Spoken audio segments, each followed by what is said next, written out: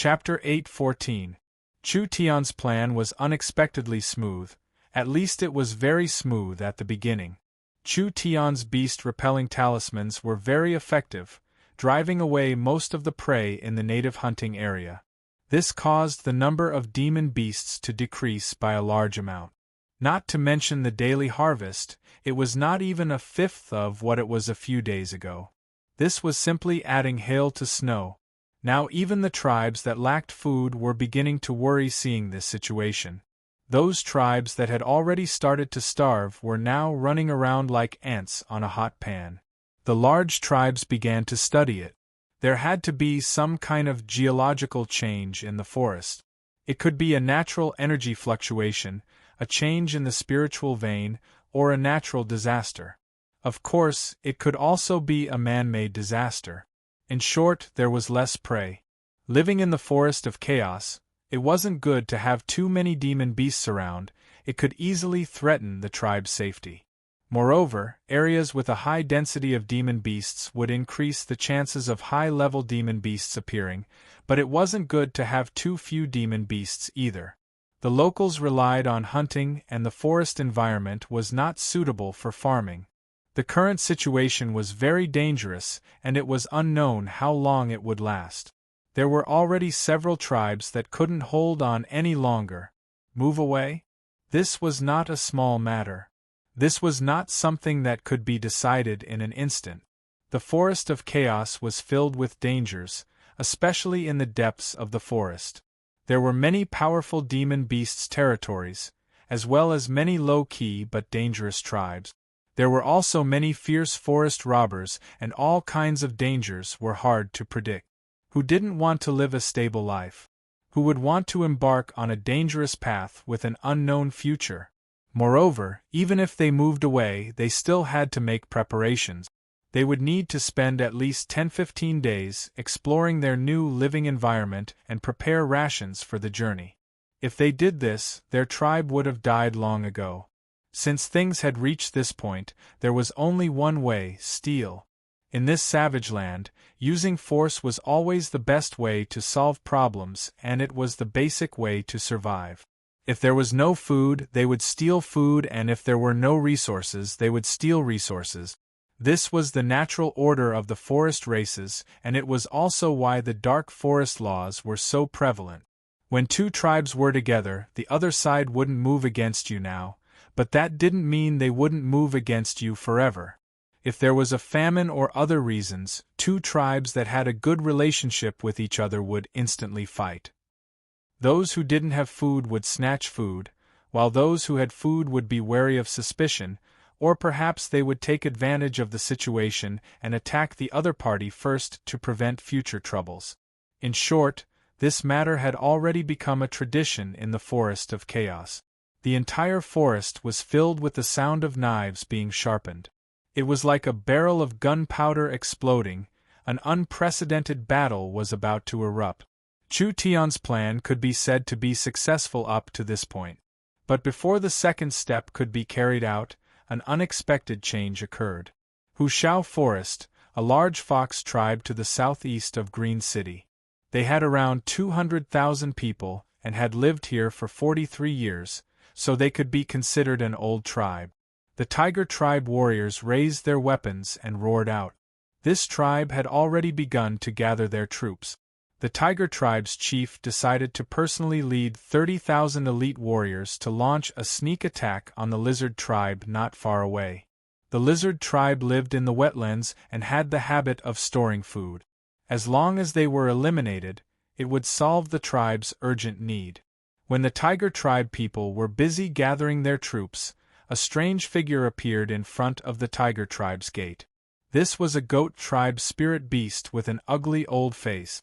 He was wearing a large robe and his hands and neck were covered in bone ornaments.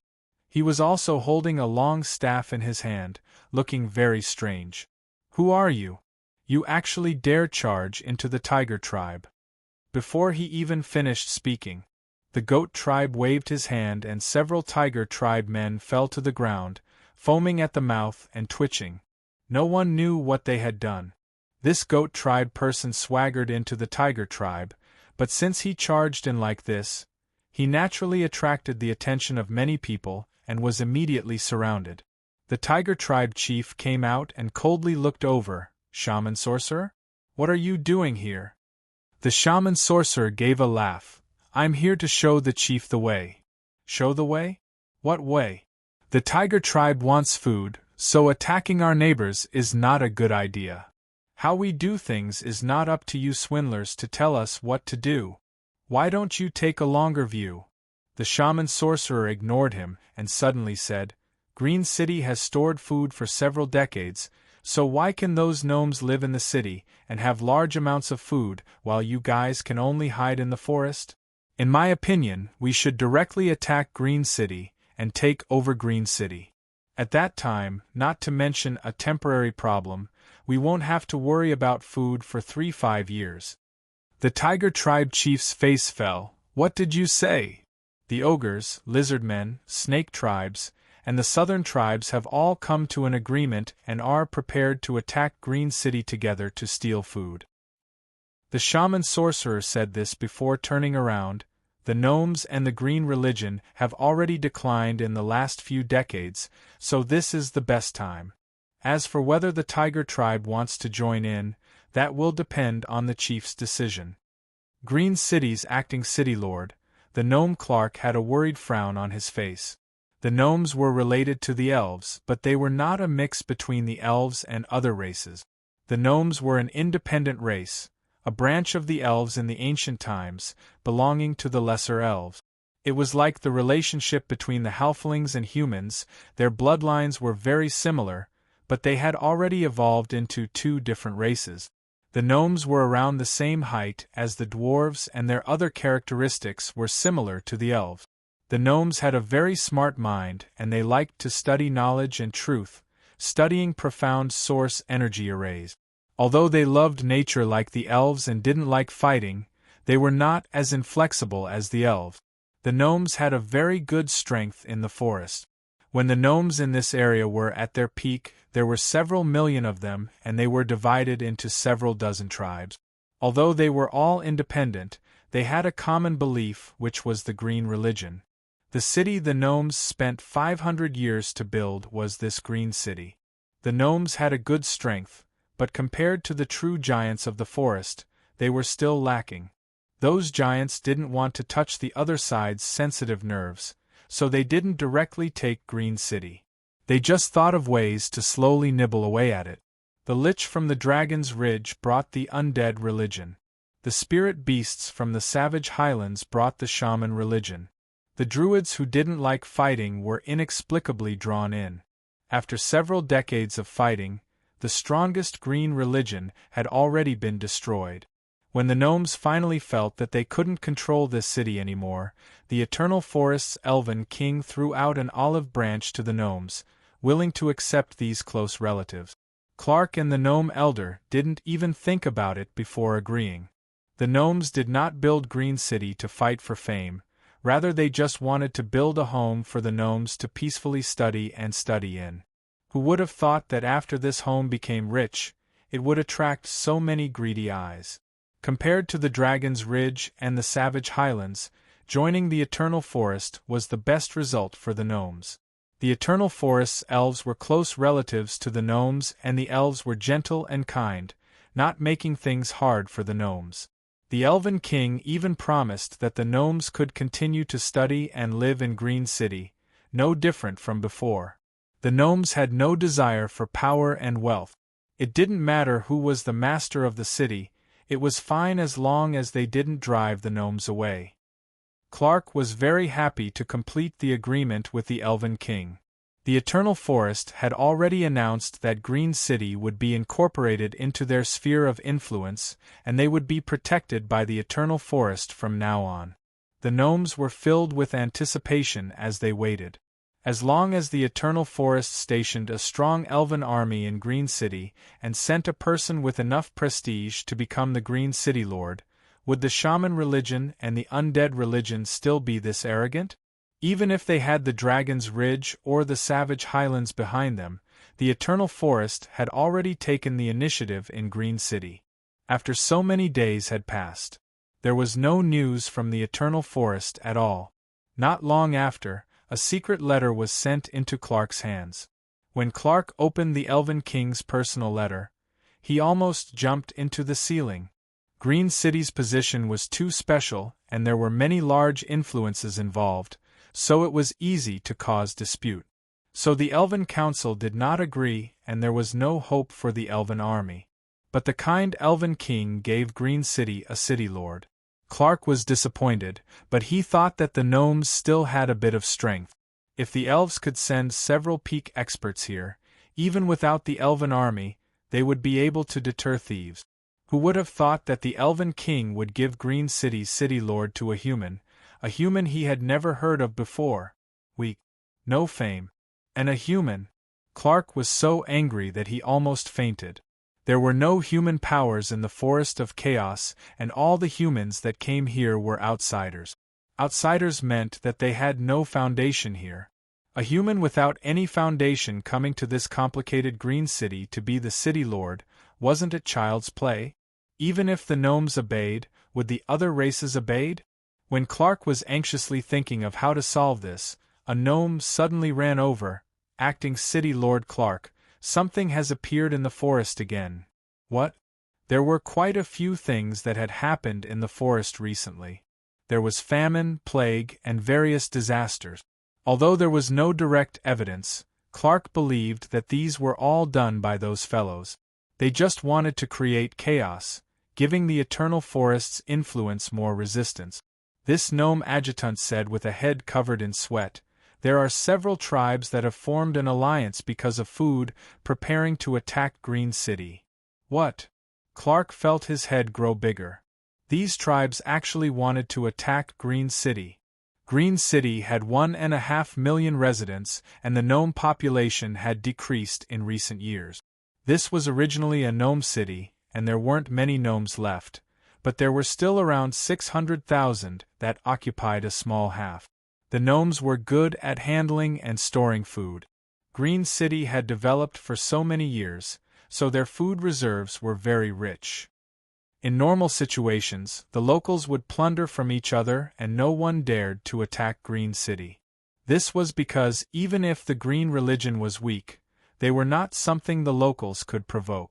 Who would have thought that they would ally together to attack Green City? This was simply madness. There were several tribes that had over 1 million people. Even if each tribe sent 30-50,000 people, it would still be a shocking number. Even if they couldn't attack Green City, they would still cause large losses to Green City. Clark could already smell an unusual aura behind this matter. If most of Green City was destroyed and occupied by the locals, the Eternal Forest would not be able to take over the city. At least it was like this from a certain person's point of view. This matter was very likely to be a plot instigated by the enemy. Chapter 8:15. Did you make a mistake? Chu Tian couldn't help asking Dolores beside him, "How does this fellow look like a god?" Dolores's face was filled with sincerity. When she heard Chu Tian say this, she angrily glared at him. "You dare insult the great demonic god, that means you're going against my demonic god religion." Demonic god religion? I've never heard of it before. But it should be a religion similar to the Druid religion or Shaman religion. It wasn't a human sect like the Heavenly Demon cult. There was a fundamental difference between the two. Sects focused on passing down cultivation techniques, so their members were very concentrated, belonging to a very cohesive force. Religious forces focused on passing down faith. Of course, they also had their own cultivation techniques, but their members weren't as concentrated. The same faith could not only cross regions, it could even cross races. What is going on with your demonic god religion? Chu Tian ignored Dolores's hostile gaze. There's also the Druids and Shamans. How many religions are there in this place? Dolores didn't want to talk to this fellow who had injured the spirit monkey and disrespected the demonic god, but the demonic god was brought here by him, so Dolores could only give a simple explanation. It turned out that religion was very popular in the depths of the Forest of Chaos. After all, this forest was too ancient, so there were many ancient things that had been passed down. Although there were many religions, in this area, the strongest were the Druid religion, the Shaman religion, the Undead religion, and the Green religion. As for the demonic god religion that the Fox people believed in, it could only be considered a second-rate power. Green religion? Chu Tian was stunned. What relationship does the Green religion have with Green City? This fellow really seemed like an outsider. He didn't even know this. The Green religion is a group of fellows that believe in the forest god, and their religion is a branch of the elves. The Green religion had a large influence in the forest before, but now they have declined and can't compare to the Druids and Shamans. So it was like this. The Green religion was a branch of the elves, so it was no wonder the Elven King could obtain Green City through diplomacy. Chu Tian never thought that the powers here would be this complicated. Just these religions were enough to give him a headache. This was because the believers of the churches were very fanatical, and this kind of person was the most troublesome to deal with. The cultivation techniques of these religious believers were very special. For example, if a fire god religion believer had a water-attributed source spirit, cultivating a fire-attributed cultivation technique was simply seeking death. But if they cultivated a fire-attributed cultivation technique, as long as their faith was strong enough, the power of faith could prevent the cultivation technique from backfiring on their source spirit. Therefore, the deeper their faith, the deeper their cultivation would be. Therefore, the cultivation techniques passed down by religions were mostly related to their faith. The object of worship of these religious believers was not as simple as spiritual sustenance, rather it was related to their cultivation, so the believers would be more fanatical and devout. The move Dolores had just used was clearly a summoning technique similar to the fox's. This summoning technique had never been seen in any cultivation technique, so even Chu Tian did not understand it. It should be a special demonic technique used by the ancient demon race. It was almost certain that normal people could not use this demonic technique. Even if Chu Tian wanted to learn it, he couldn't, but these fox people could use it. They were not from the ancient demon race. There was only one possibility. A certain ancient demonic god had used a certain method to create this religion, allowing these low-level beings to believe in it and use its power. Chu Tian did not know the motivation of the ancient demonic gods to create this religion, but there was a saying that the faith of all living beings was a great power and the demonic gods could absorb the power of faith to become stronger. If it was like this, the little fox's ancestor might have a connection with these fox people. There was a tall temple in the center of the local tribe. The temple was made from the bones of giant beasts and giant boulders, being over 100 meters tall. It was very grand and magnificent, but looking at how it had been eroded by the wind, this temple had a very long history. This tribe was very small, with a total population of less than 20,000 people. Don't think that they were easy to bully just because they were small. The entire tribe was filled with devout believers of the demonic god religion, and most of them could summon demon beasts to fight. Other than that, the demonic god religion was proficient in taming beasts, just like the spirit monkeys outside the forest. They were all tamed by the demonic god religion, so they could not be underestimated. At least they could sweep through any tribe on the outside. The little fox had already turned back to its original form. It was only the size of a palm, but it was sent to the high altar by the zealous believers, receiving the prayers of the fox people kneeling down. The little fox also quickly got into its role. Although it was only a little big, it curled its tail and sat upright on the ground. Its pair of black eyes were shining, and it had a dignified posture like a lion. It swept its gaze across the crowd and then raised its paw, indicating for everyone to rise. Chu Tian rolled his eyes, too lazy to watch this fox act cool. He walked around by himself. There were many totems in the temple, and the one that appeared the most frequently was a fierce and majestic nine-tailed demon fox. The young miss had records of the nine-tailed demon fox in her heavenly book memories. Legend has it that in the ancient demon race that coexisted with gods and demons in the great ancient era, the nine-tailed demon fox was the ruler of 10,000 demons, the king of 10,000 demons. They grasped the strongest demonic techniques of the demon race, and their might could even make gods and demons retreat. It seemed like the little fox really was the nine-tailed demon fox's descendant? Chu Tian was still a little confused. The nine-tailed demon fox's descendant had been bred in a 10,000-year-old corpse for 10,000 years. After being born in that evil environment, the little fox not only had its ancestors' abilities, it also seemed like it had the ability to break through evil energies. At this time, there were excited and joyful cheers coming from the temple. The little fox was on a stone slab, using its fingernails to write a large piece of strange content. Chu Tian did not recognize any of these words. It should be the language of the demon race. From the looks of joy in the followers' eyes, this should be a method to use a certain demonic technique. These followers all bowed their heads in thanks. When the ceremony finished, the Fox clan's men, women, and children all brought in all kinds of good things. There were spiritual fruits, crystals, and demon jades, all of which were used to worship the little fox. The little fox was happy to the point of forgetting home. It had never been worshipped like this before, with all these good things being given to it. Compared to this, its master was too vile, constantly beating it for eating too much. The little fox's proud appearance made Chu Tian want to punch it, but Chu Tian was very clear in his heart that if he hit the fox in this situation, he would quickly be beaten up by the crazy believers. He would endure it for now. In the end, this was an unexpected harvest. Chu Tian came to Green City to gather information and also to see if he could rope in a few locals. However, he did not have much hope because the locals here were very strong and it would not be easy for an outsider like Chu Tian to enter their ranks. Now it was good, he had saved quite a bit of effort. This demonic god religion was a bit weak, but being able to stand here meant that they had some strength. Moreover, they had lived here for many years, so they had a good understanding of the situation around Green City. They were the allies Chu Tian needed the most.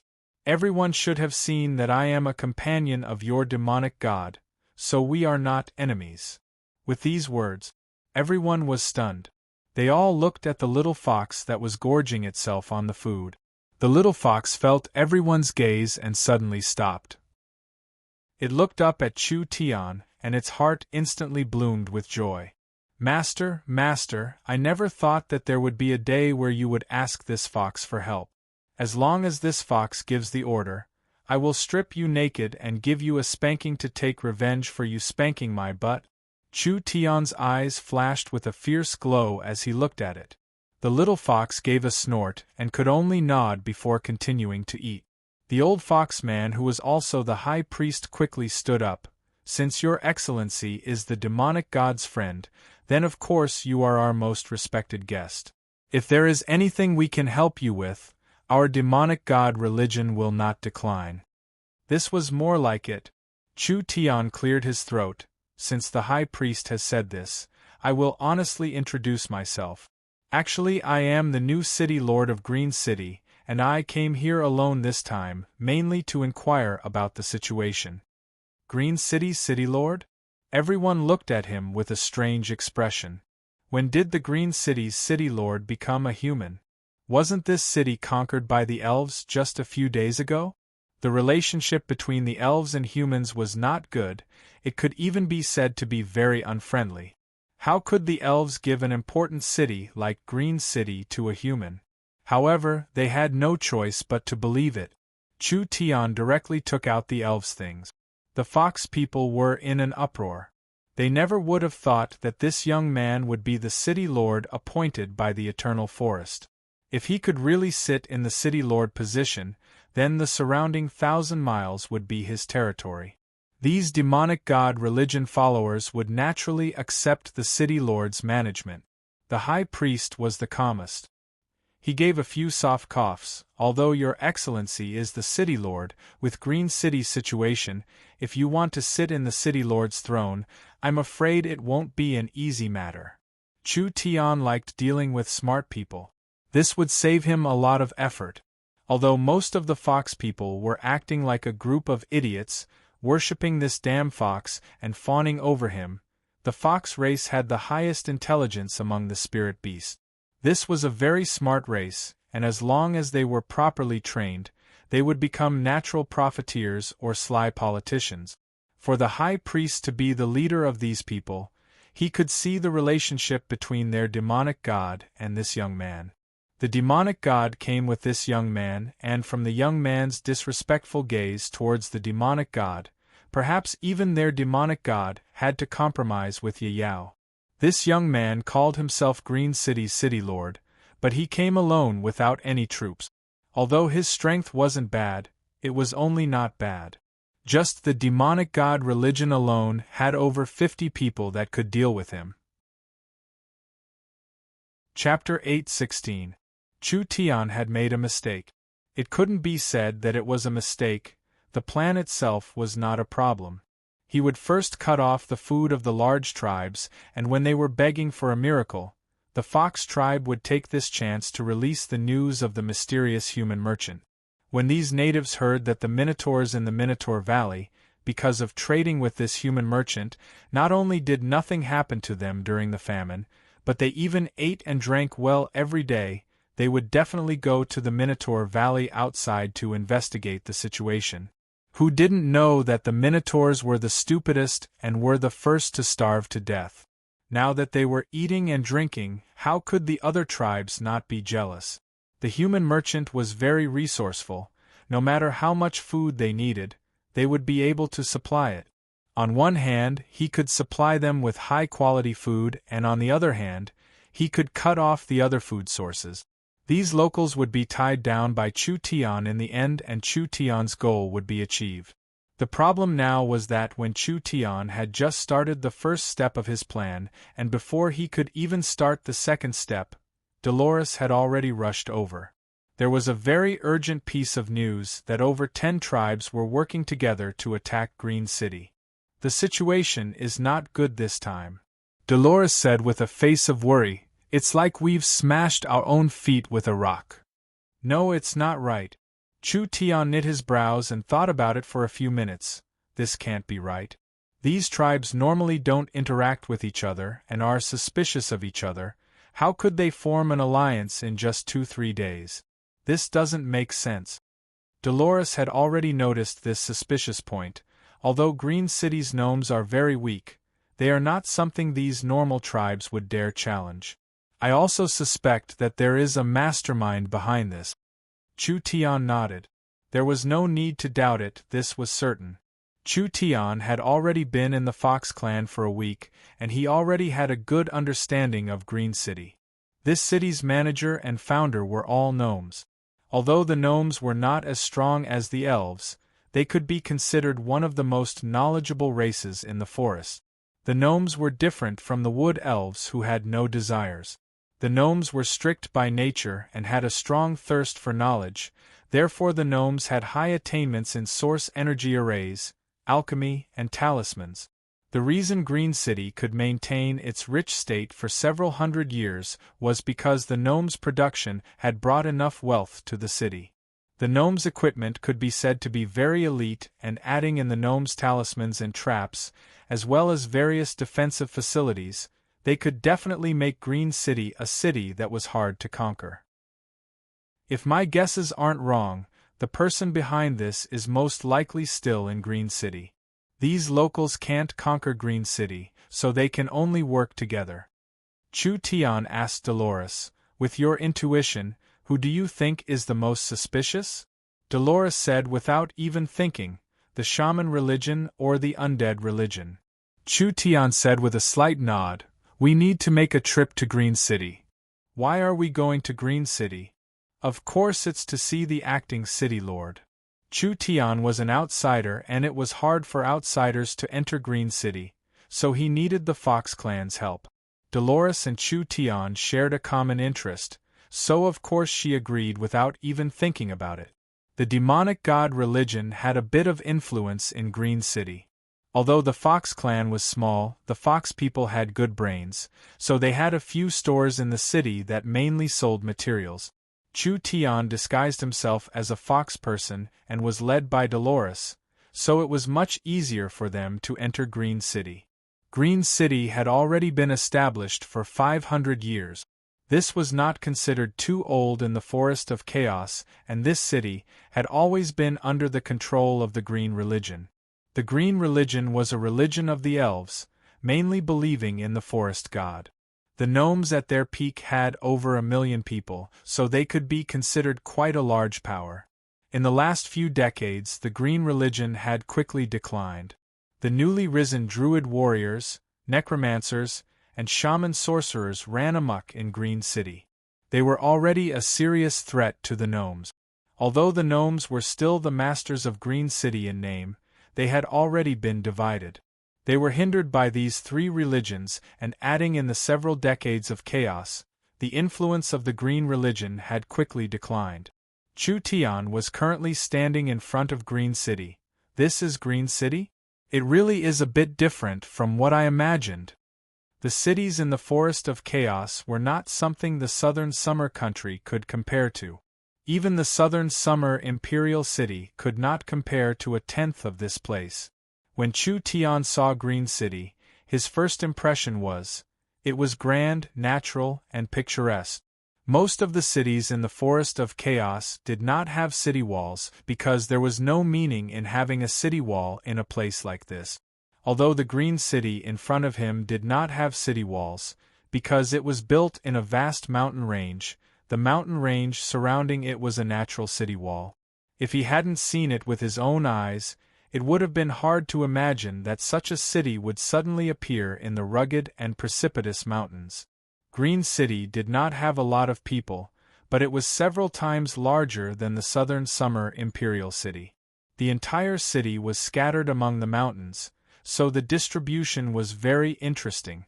If one looked at it from a macro perspective, it would look like a trapezoid shape. There were many scattered castles, some at the foot of the mountain, some at the waist of the mountain, and some at the top of the mountain. Sometimes there were 2 castles in the middle that were separated by a several 100-meter deep mountain stream that was only connected by a drawbridge. There were countless open areas in the middle of the mountain range, which were large amounts of planting and breeding areas.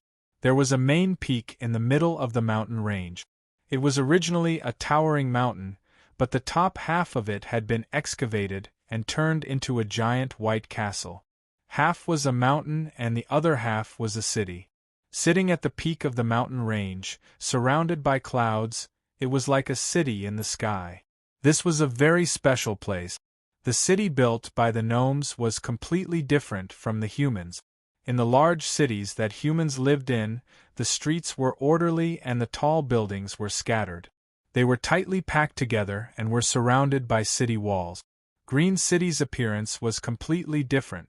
The entire city was made up of over 100 large and small castles, and each castle could be considered a small city.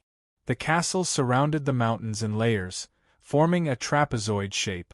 Although they were scattered very loosely, they were still very orderly. If a human city was a flat structure, then this city would be a 3-dimensional structure. The entire Green City was perfectly integrated with nature. These cities that were carved out of the mountains or built out of thin air looked disorderly on the surface, but each one of Green City's buildings was very unique. The spiritual energy here was very rich, and there were countless spirit veins gathered here, giving birth to countless heaven and earth treasures, but there were no fierce beasts. This was very rare in the Forest of Chaos. In this endless mountain range, it was unknown how many precious mines were hidden. It was definitely a good place for long-term development. Ha ha ha! Chu Tian laughed a few times. A city in the mountains, a mountain in the city, a forest surrounding a river surrounding a mountain range, and a mountain range surrounding a city. My city looks very good. But I see that the city has not even been developed by 10% and the entire mountain range has not even been developed by 2%. I'm prepared to connect all of this together and create a large city-state that can hold several tens of millions of people, making it the largest city in the Forest of Chaos. What do you think? Sir City Lord, you seem to be happy too early. Dolores rolled her eyes and disagreed with Chu Tian's grand ambitions. Don't forget, your city will be captured by a group of people. It might even turn to ashes in a few days. Those locals? Pay. When would Great Master Chu Tian place them in his eyes? But speaking of this city was indeed better than imagined. The city the gnomes used 500 years to build had been taken advantage of by Chu Tian in the end.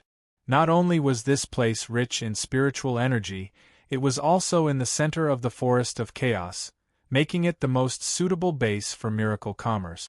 If Chu Tian could gain a foothold here, he could use this place as the center and allow the company to expand. At that time, the Dragon's Ridge, the Titan Mountain Range, the Savage Highlands, the Eternal Forest, or the distant Western Sea or the dark underground world, would Chu Tian properly deal with them? The Forest of Chaos had the potential to become an empire. Of course, the premise was that they could unify this area, which was not an easy matter. Let's enter the city. Green City did not just have a natural mountain barrier, there were also many natural passages that could be used to enter Green City from all directions. Dolores led Chu Tian through a passage covered in white moonlight stones. Not only were there shrubs and green grass on both sides, there were also many tall trees. What shocked Chu Tian the most was that there was a large tree that looked like a human. It had a pair of thick arms and a giant spear in its hands. It was like a 10-meter-tall giant guard that was guarding the passage without moving. What is this? Chu Tian was a bit surprised.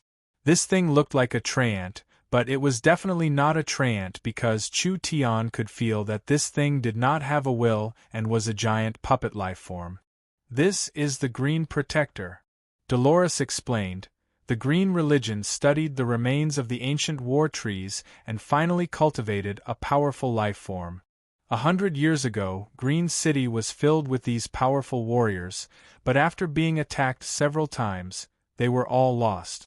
In the last 10 years, there have been several disasters and a large number of them have died, so there aren't many left. Chu Tian continued walking with Dolores. There were at least 3 layers of barriers protecting this canyon. There was a reason why Green City could stand in this place. With these green protectors and the defenses of the passage, Green City could stop large forest powers from invading. As long as it wasn't a giant like the Eternal Forest, Green City could protect itself. Of course, that was the previous Green City. The current Green City was very weak and it was very bad with internal and external troubles.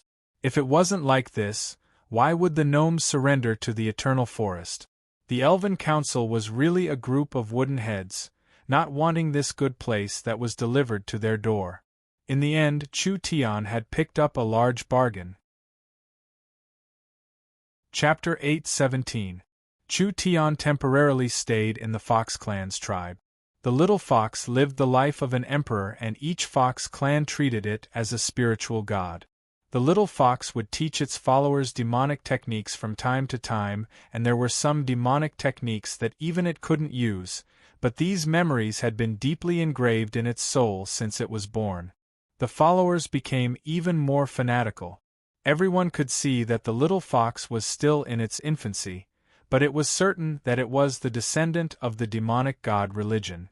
Just based on this, the little fox had the qualifications to guard the temple and accept the worship of the followers. Chu Tian collected information on Green City while understanding the Fox Clan's strength. The Fox tribe was not weak. They only had a population of 20,000, but they had more than a dozen true spirit realm experts. When he heard this number from the high priest's mouth, Chu Tian was instantly shocked. This was just too exaggerated. There were several true spirit cultivators in 20,000 people, and this was only a small-scale tribe. Then wouldn't there be over 1,000 true spirit cultivators in a large forest city with several million people? Although the Forest of Chaos had rich spiritual veins and it was easy to find high-level sacred herbs and precious herbs, so the people that grew up here were not people the southern summer barrenlands could compare to, this ratio was still a bit too shocking. The high priest explained, "No need to be shocked. My clan believes in the demonic god, and the entire clan uses their power of faith to cultivate, so our cultivation base grows faster than normal cultivators." There was a difference between followers and cultivators. The cultivation techniques these followers cultivated were related to their faith. Faith itself was a kind of wonderful power that could support cultivation technique. The stronger their faith, the faster their cultivation speed. However, this had a very clear flaw. After becoming a follower, it was very hard to cultivate any other attributed cultivation technique. Each true spirit realm expert had the qualifications to become a priest. Dolores was one of the demonic god's priests. This demonic god's priest had the strength of the peak first true spirit layer, but she could only use her demonic techniques to control summons in the peak ninth awakened soul layer. Even if she could summon several of them, it would not be easy for her to fight against experts of the same level. After all, the Fox clan was not strong and they couldn't cultivate any attributed cultivation techniques, so the development of their source spirits was very low. Their battle strength could not compare to experts of the same level. This meant that in this Fox clan tribe, although there were many high cultivators, their battle strength was not that strong. However, the demonic god's followers were not only summoners, they were also strong beast tamers. These demonic gods taming demon beasts were incomparable. In the surrounding forest, other than the 100 spiritual monkeys, there were also several high-level demon beasts. There were close to 1,000 of them, and they were all level 2 demon beasts. It was because of the defense of these demon beasts that the Fox clan was not swallowed by the Forest of Chaos. Otherwise, how could they have survived until today? Chu Tian was very interested in taming demon beasts. The little fox could directly control the mind of the demon beasts, but the little fox's control was only temporary. Although it was quick and easy to use, it could be interrupted or dispelled. These Fox clan members could not directly tame demon beasts like the demonic god race, but they could temporarily tame demon beasts. Then they would use the secret techniques and potions developed by the demonic god religion to brainwash the demon beasts, making them submit bit by bit. Although it took a long time and consumed quite a bit of resources, once the taming was successful, these tamed beasts would belong to them for a long time. Chu Tian preferred the second method in comparison. Miracle Commerce lacked an air force the most right now. Was it easy to train an air force from scratch? If he could solve the problem of taming the mounts, it would save quite a bit of effort, since he understood the demonic god religion's abilities. Then he had to consider how to form an alliance. The high priest said, "Green City has already been occupied by the Eternal Forest, but there are still many forces left in Green City. Other than the Green Religion, there are the shamans, necromancers, and druids, as well as the shadows of large foreign forces. With just our people, we can't fight against any of them. If we fight against them, it would be no different from sending ourselves to death." Chu Tian said with a frown, "I already knew that Green City was complicated, but I never thought it would be this complicated. There were many believers gathered here, and the stubbornness of these believers could not be compared to normal locals. Not to mention the fact that these believers were not weak, and there were other large forest forces interfering, which made the situation even more complicated. I think we need to enter the city. There are very few humans in Green City, so you will alert the enemy if you directly enter." The high priest said, "I'll have my clansmen buy supplies and send you in. With our cover, you don't need to worry about your identity being exposed." "This is good." At this time, a Fox clansman suddenly charged in and said, "High priest, this is bad, those stupid bulls are causing trouble again." The Fox clan's high priest's white brows slightly jumped up. "Quickly, prepare for battle." Chu Tian saw the Fox clan's anxious appearance and immediately asked, "What happened?" There has been a famine in the forest recently, and the surrounding tribes are short on food, always reaching out to us. Do these fellows really think that the demonic god religion is a granary? The high priest's face was terrifyingly deep. We need to teach them a lesson. Chu Tian's heart couldn't help slightly skipping a beat. Actually, before coming here, Chu Tian already knew that there was a food shortage around Green City. Logically speaking, these ferocious natives wouldn't lack food. After all, the forest was rich in biological resources, but in reality, a native tribe's activity radius was around 200 kilometers. If a native tribe stayed in one place for a long time and hunted, then as time passed, magical beasts would avoid the native tribe's hunting area, and the natives would find it harder and harder to hunt. These large tribes had over 100,000 people, so it would be a large matter if they didn't have food for a few days. If they didn't have food for a week, it would be a famine. Every time there was a famine, it meant that war would break out. The forest city was surrounded by densely packed locals, and their hunting areas overlapped, so there was less and less prey. The larger tribes had several 100,000 people, so if these several 100,000 people wanted to eat, where would the food come from? Once there was a famine, they could only steal it. Chu Tian followed the fox people into the forest. Several hundred fox people were already guarding this place. There were monkeys squatting in the trees and giant wolves hiding in the forest. The fox people were vigilantly looking in front of them. The other side had 10 times the number of the fox people, with several thousand of them densely packed together. Each one of them was wearing primitive vine armor and had axes or giant hammers in their hands, looking very fierce. Dolores and the priests angrily said, "Dirty, stupid minotaurs, do you want to start a war with us?" The minotaurs were 3 meters tall and were 4 times as strong as a human. They had a bull's head on their neck, and there seemed to be flames flickering in their eyes. Chu Tian felt this was very interesting. The minotaurs were similar to the barbarians. They were a race that developed their physical strength, so they had the potential to become berserkers. If we wanted to start a war, we wouldn't have brought this few people and wouldn't waste words with you. A strong minotaur walked out with heavy steps. "We'll borrow some food and we'll return it in 2 months.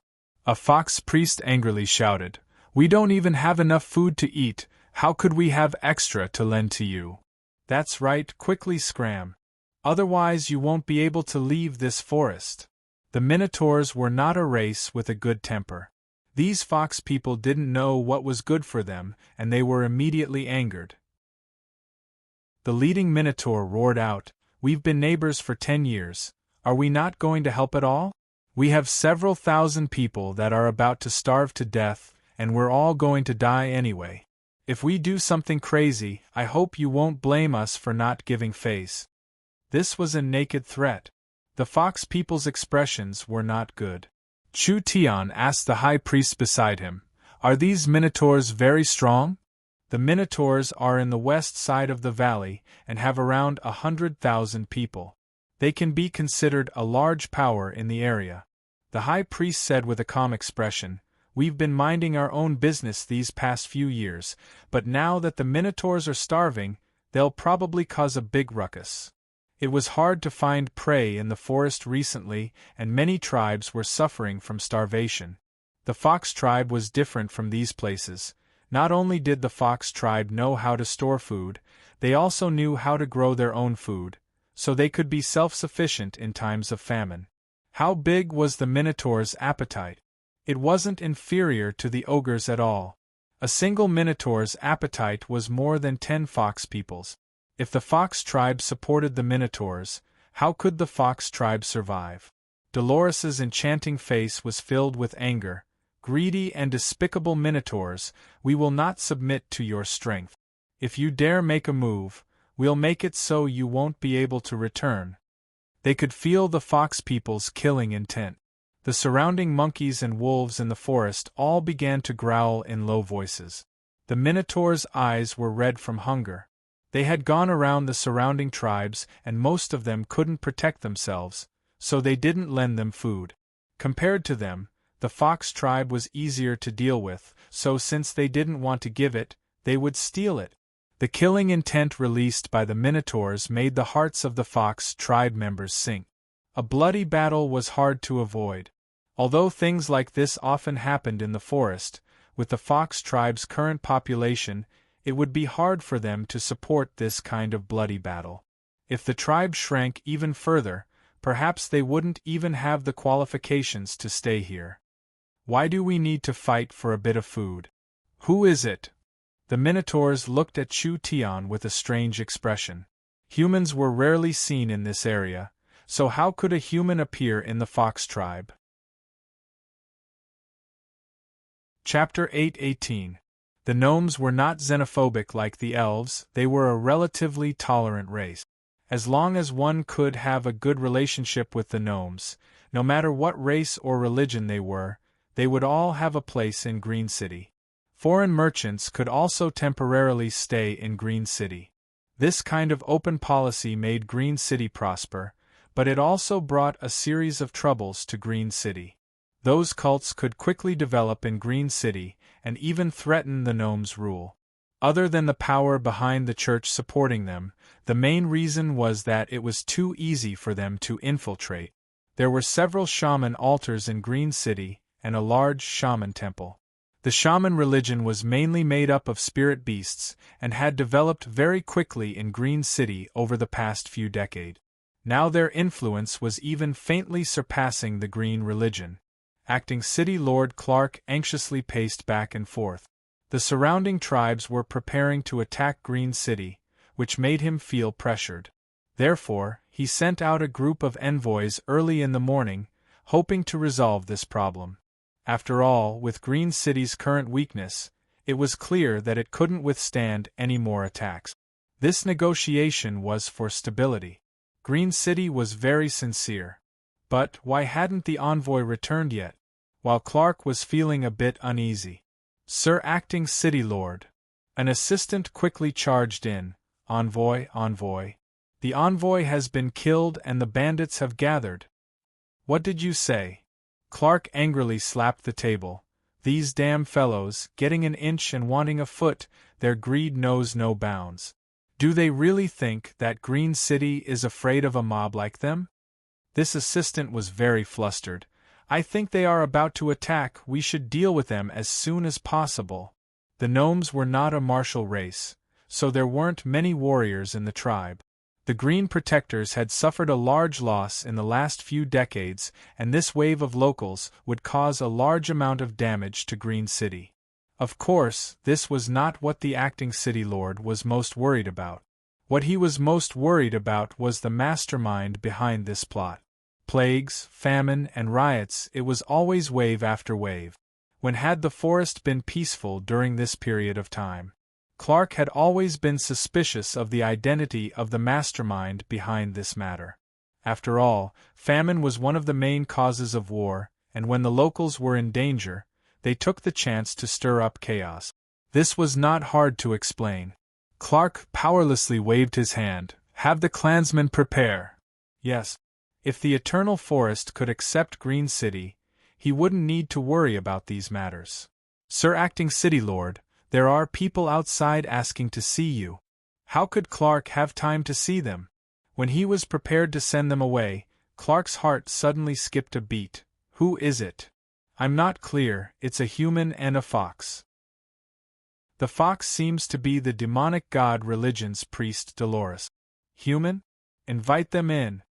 Clark seemed like he understood something and his brows knit together. Most of the gnomes did not know the truth and thought that the Eternal Forest's army would arrive at Green City at any time. Only Clark and a few others knew that the Elven King had sent a human city lord, but this matter could not be spread. There weren't many races on the continent that liked humans. The gnomes were not an exception.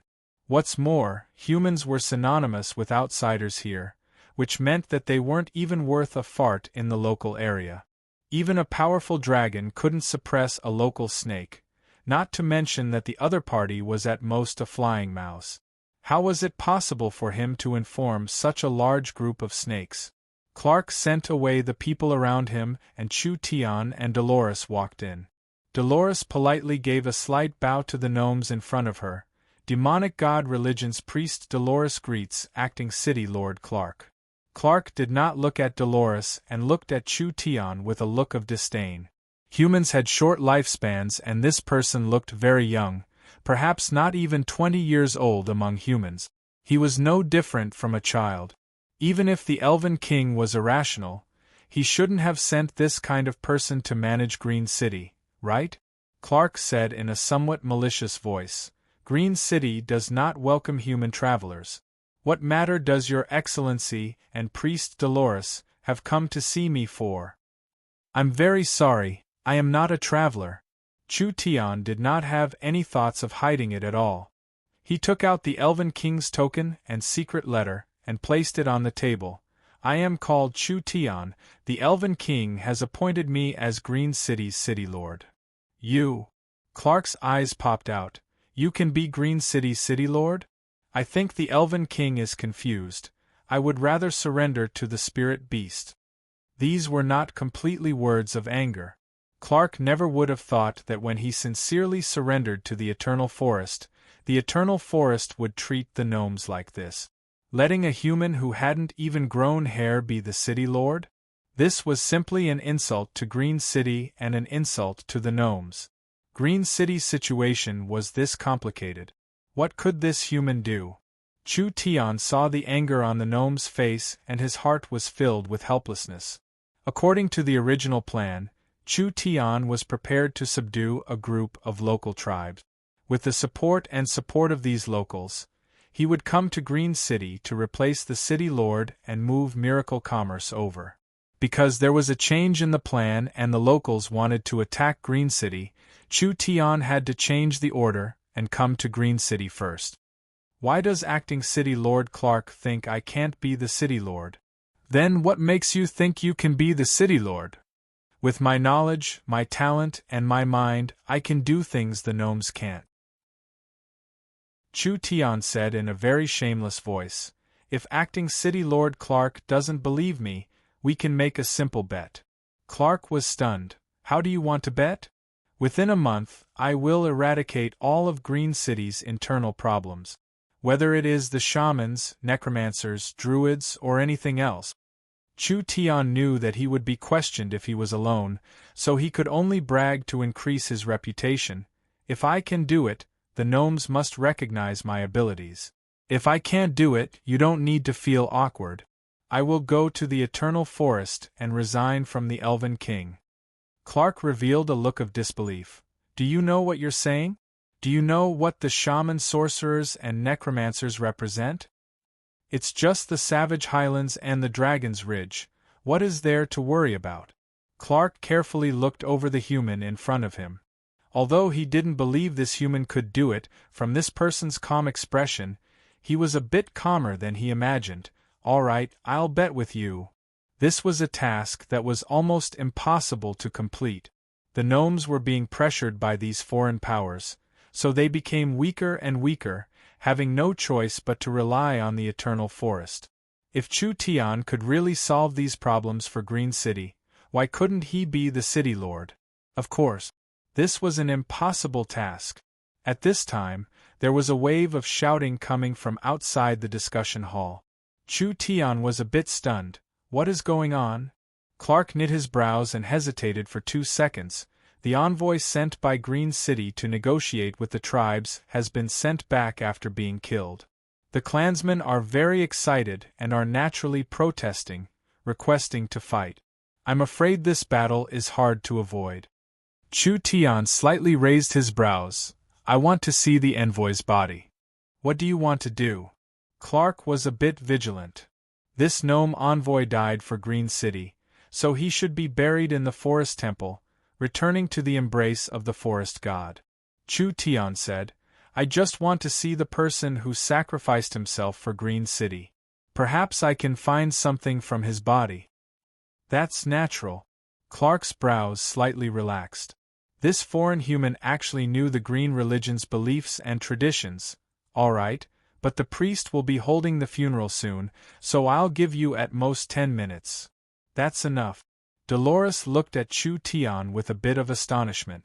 Why did this fellow want to see a corpse? Clark brought Chu Tian into the forest temple. This was a large natural cave, and the entire space was covered in tree root. There was an altar in the center with an intact corpse lying on top of it. Chu Tian found that the corpse's neck had stitches, so it should have been cut off by someone. His eyes slightly narrowed as he said, "What did you send him to discuss?" Of course it was to discuss how to survive the famine. Clark's face filled with anger when he saw the envoy's body. The gnomes were even willing to open Green City's warehouse to borrow some food, but who would have thought that these damn fellows would be this greedy? Do they really think Green City is something they can break through? Chu Tian shook his head. Perhaps the envoy did not say that. I'm guessing that after he went to the locals, he must have used strong words and even insulted them. In the end, he angered the locals and was killed. What nonsense are you saying? Clark's acting city lord had a bit of good impression of this human, but it completely disappeared at this moment. You dare question the gnome's strict faith? Chu Tian did not explain. His right hand suddenly released a faint light and he drew a rune on the gnome's head. Under the effect of this rune, the gnome's body began to violently tremble. Clark's acting city lord was already filled with rage. What did you do? Chu Tian softly said, "See for yourself." Suddenly there was a sharp cry that came from the gnome's ear. There was a disgusting bug that came out and Chu Tian casually pinched it in his hand. Dolores cried out in shock. This is the shaman sorcerer's witchcraft insect. This is something that can control one's mind and thoughts. It should have been refined by some kind of witchcraft. Chu Tian looked at the struggling insect in his hand. If my guesses aren't wrong, when this envoy left Green City, he was attacked. This insect was planted in his brain and his mind was controlled to participate in the negotiations. In the end, he angered the locals and was killed, but he also angered the gnomes in the end. Dolores was suddenly enlightened. This also means that the person behind the scenes is the shamans? That's right. Since we've locked onto the person behind the scenes, things will be much easier. Chu Tian's fingertip released a blue and white flame that turned the insect into ashes. Then let me experience this so-called shaman religion. Clark's acting city lord was stunned. This young human did not seem simple. Chapter 8:19. The Minotaur, filled with killing intent, was suddenly stunned. This was the depths of the Forest of Chaos. It was not the territory of humans, therefore humans were rarely seen. Anyone that could come here was a very powerful character, so who would come to this place to be a food seller? Would they transport food from tens of thousands of miles away? Or would they buy and sell food in the forest? This kind of behavior was like a treasure hunter that had finally found a treasure after a long time, but in the end they had to move a stone back. This was not cleaning at all. The locals of the forest all knew how difficult and dangerous it was to pass through the Forest of Chaos. Even the locals that had lived here for generations did not dare to easily try it. Humans did not hesitate to take risks to come here. There were countless cheap heaven and earth treasures, even leather, wood, and ores. They were all profitable businesses, so why did they have to buy food? The Minotaur stared with wide eyes as he panted and said, "No matter who it is, playing with the Minotaurs will result in them turning into a meat patty." The Minotaur had a fierce look, but Chu Tian had a calm expression as he ignored it. "One day, no, give me half a day to prepare. I'll personally deliver a large amount of food to the Minotaur tribe, and then we'll discuss the price. How about it?" Although reason told the Minotaur that it was impossible for this to happen, it was definitely this human doing something. Humans were famous for being sly on the continent. But from this human's expression and demeanor, it didn't seem like he was lying. Could he really bring large amounts of food? The Minotaur tribe had over 100,000 people, and the amount of food they needed was enough to feed a human city of over 2 million people. Why do we believe a human? Why don't you believe him? Even if you want to attack the Fox clan, just your several thousand people won't be enough. Why don't you go back and wait for half a day? Half a day. The Minotaur tribe wouldn't be unable to hold on for half a day, and the Fox clan wouldn't be able to run in half a day. Since the human was this confident, why not wait a bit? The Minotaur did not want to fight, unless they couldn't survive anymore. All right, the Minotaur will believe you this once. If you don't appear before nightfall, the Minotaur will bathe the Fox clan in blood. When the Fox clan people heard this threat, they all revealed looks of anger. The Minotaur did not have any reasoning with them, especially a group of hungry Minotaur. Although they were angry, they did not want to fight with these fellows. After all, the Minotaur's battle strength could not be underestimated, and once they went crazy, they would be terrifying. Chu Tian nodded with a faint smile. It's a deal. The Minotaur leader waved his hand. The several thousand Minotaurs left. Dolores' enchanting face was filled with anxiety. She did not know why Chu Tian would make this kind of promise to the Minotaurs for no reason. Do you have companions nearby? No. Do you have any influence nearby? Also no. Chu Tian had come here by himself. Not to mention helping the Minotaur tribe survive, he did not even have a single bit of rations on him. The Fox clan members were all worried. Could it be that Chu Tian had taken the initiative to stall for time? Not only would this not solve the problem, once the Minotaurs found out that they had been tricked with their personalities, they would explode with 10 times the rage and craziness to trample over the Fox clan. The high priest tightly knit his brows. Although he was filled with worry, he could see that this human Chu Tian was not simple. Chu Tian had been appointed as Green City's city lord, so the Fox clan would be an important ally and helper. He had no reason to mess around with this matter. What was he thinking? Dolores couldn't hold back her anger. Then what did you promise the Minotaurs? Don't you know how terrifying the mad Minotaurs are? Don't be anxious, don't be anxious. Chu Tian's eyes swept over the Fox clan and he calmly said, I'm asking you, do you want to get rich? The moment these brainless words came out, all the Fox clan members were stunned. Dolores stood up and her voluptuous body moved up and down with excitement. What time is it now and you're still saying this? If it wasn't for the Lord Demonic God's sake, Dolores would have already made a move. Dolores, sit down. The high priest had her sit down. Since Sir City Lord is filled with confidence, then he must have a reason. Let's listen to what he has to say for now. Chu Tian said with a nod. I'm not lying, I am indeed a merchant and I can become a food seller. Merchant? The Fox clan looked at each other in blank dismay. The elves hated human merchants the most because nothing good ever happened when human merchants came into contact with the elves. The most profitable business in this forest was human trafficking, and whether it was the Fox clan or the elves, they were the main prey of these human traffickers. How could this kind of human be given the city lord status by the elven king? Actually, it's not hard to deal with these tribes, Chu Tian said in a meaningful voice. I've also found that it's very easy to make a fortune here. Dolores asked, how are you prepared to deal with the Minotaurs? They're not easy to fool. Fool? Sorry, I'm a good person that keeps my promises. Chu Tian did not want to explain this clearly. He took out materials from the gourd. Please move aside. Several prepared array flags were placed in the ground. When the array flags were activated, large amounts of runes were released into the center, finally forming a source energy array that caused spatial energy fluctuations. Chu Tian then placed an energy pillar at the base of the array to provide it with energy. Open! Chu Tian gave a low roar. Although Chu Tian did not have true spirit-level strength, with the prepared array flags, he could quickly create a spatial array to open the space warehouse. He had already used the communication device to contact the young miss, so when Chu Tian opened the space warehouse, the 1,000 cubic meters of space was filled with over 100,000 cans.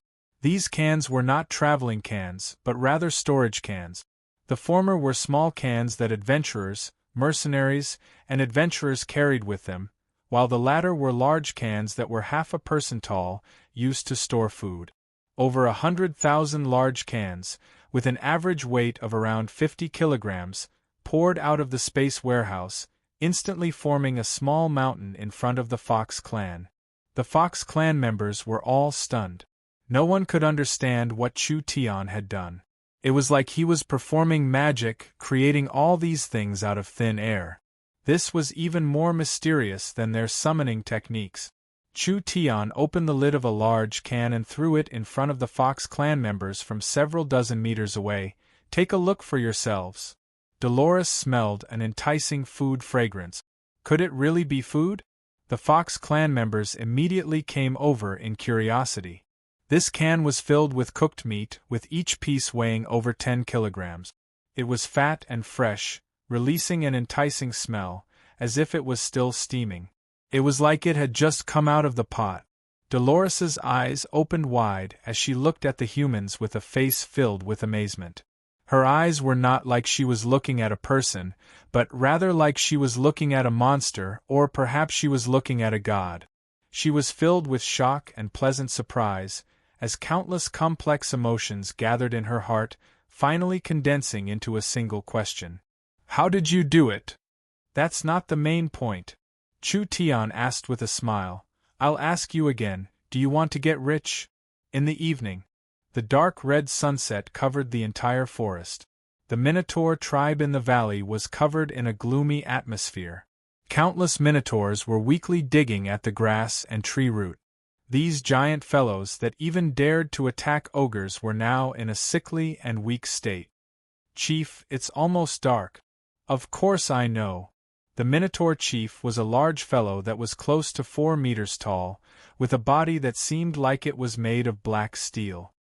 His 2 large nostrils would release a white mist each time he breathed, and his 2 eyes were even bigger than bells with flames of anger dancing in them. There were 2 curved blade-like horns on his head that released a cold glow. It seems like that human played us.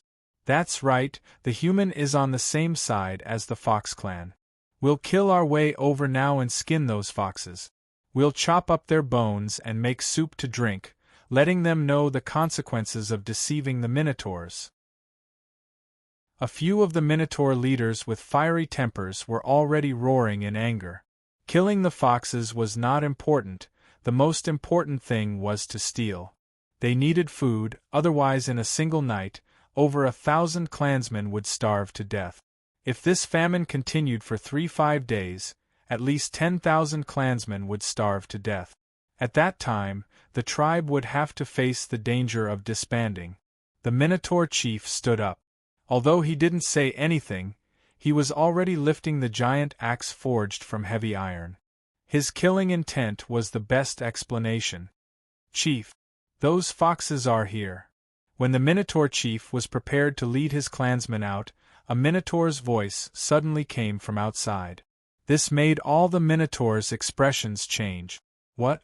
Could they really be here? In front of the Minotaur Valley, Dolores and Chu Tian were fighting side by side. Around 500 Fox clan youths had arrived. Out of the way, out of the way! The Minotaur chief pushed aside a few people blocking his way. When he was about to loudly ask, his 2 bull eyes suddenly popped out. This was because the Fox clan had brought a large group of giant lizards, and each giant lizard was carrying a large tin can. The Fox clan members were busy moving the tin cans down. This is? The Minotaurs had surprised expressions. These tin cans were made from the southern summer country's factory lathes. No one in the forest would waste time making these things to store food. There are 10,000 cans of food here, around 500,000 pounds. They are all processed, and there are several secret spices and seasonings that are 100 times more delicious than your crude food. I swear that as long as you eat our company's food, you won't be able to eat anything else in the future. Everyone could clearly hear that the Minotaur's breathing had become heavier. That's right, I've heard that the Minotaurs love strong wine, so I've prepared 1,000 barrels of good wine. Each barrel is made from high-quality materials, and even in a human society that pursues a high quality of life, this is considered a pretty good wine. The Minotaur's eyes turned red and their large Adam's apples moved a few times, but they could not say anything. Chu Tian looked at these Minotaurs. I wonder if everyone is satisfied? The Minotaurs couldn't help it anymore. Quickly give it to me. The Minotaurs almost lost their reasoning, and they wanted to steal it. I have to remind you, don't try to steal our food. This is just the first batch. I have plenty of good wine and meat, so you can have as much as you want. If you dare to steal it, then I'm sorry, I won't have any dealings with the Minotaurs in the future. Chu Tian added another sentence after saying this. I think that at this time, as long as we provide food as a condition, there will be many tribes interested in attacking the Minotaur's valley. The Minotaur's face fell. What do you want? Chapter 820. Dolores admired Chu Tian a bit more. The shaman religion was a mysterious religion that originated from the savage highlands spirit beast. It was different from the demonic god religion's summoning and beast taming technique. The shaman sorcerers mainly used curse attacks, soul attacks, witchcraft, and insect poisons. This kind of strange insect-controlling technique was definitely a high-level witchcraft technique of the shaman religion. The person controlled by this witchcraft technique was no different from a normal person. There was no way to detect it because there was no additional state to their mind, soul, or thoughts. This was purely controlling their thoughts from a physical level. The runes Chu Tian drew had not disappeared yet. Clark's face was filled with a bit of surprise. You can only use witchcraft to remove the shaman's witchcraft. This seems to be the shaman's method, It's just a small trick, not worth mentioning. The shaman religion was recorded in history, but in Chu Tian's era, this religion had already disappeared. Chu Tian had seen records of the shaman's witchcraft in an ancient book. This witchcraft did not need a special shaman cultivation technique, it was just a secret technique. Chu Tian had studied it a bit in the past. Although he was not proficient in it, it was more than enough to break a small insect. Since he knew who his opponent was, it was easy to deal with it. I still feel that the famine around Green City is a bit strange. Dolores knit her brows. This famine was strange, but she couldn't find anything strange about it. In the past, unless there was a migration of beasts, a large-scale natural disaster, or a geological change, it would cause the beasts living in the Greenland to change. There were no signs this time, it was a strange change. Clark was already suspicious of this problem. The shaman sorcerers set up an altar and used witchcraft to disturb the beasts, causing this series of changes. This is completely possible in theory. Only, we don't have any evidence and we don't know when it started. Even if we tell them now, those tribes won't believe us. No wonder the shamans reacted so quickly. Father actually helped them.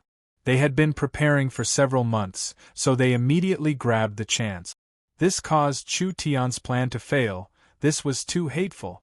Speaking of this, the shaman religion was not small. At the very least, they had several 100,000 believers in the area around Green City. Now they were inciting the locals to unite. Perhaps while the locals were attacking Green City, the shaman religion would send their followers to attack.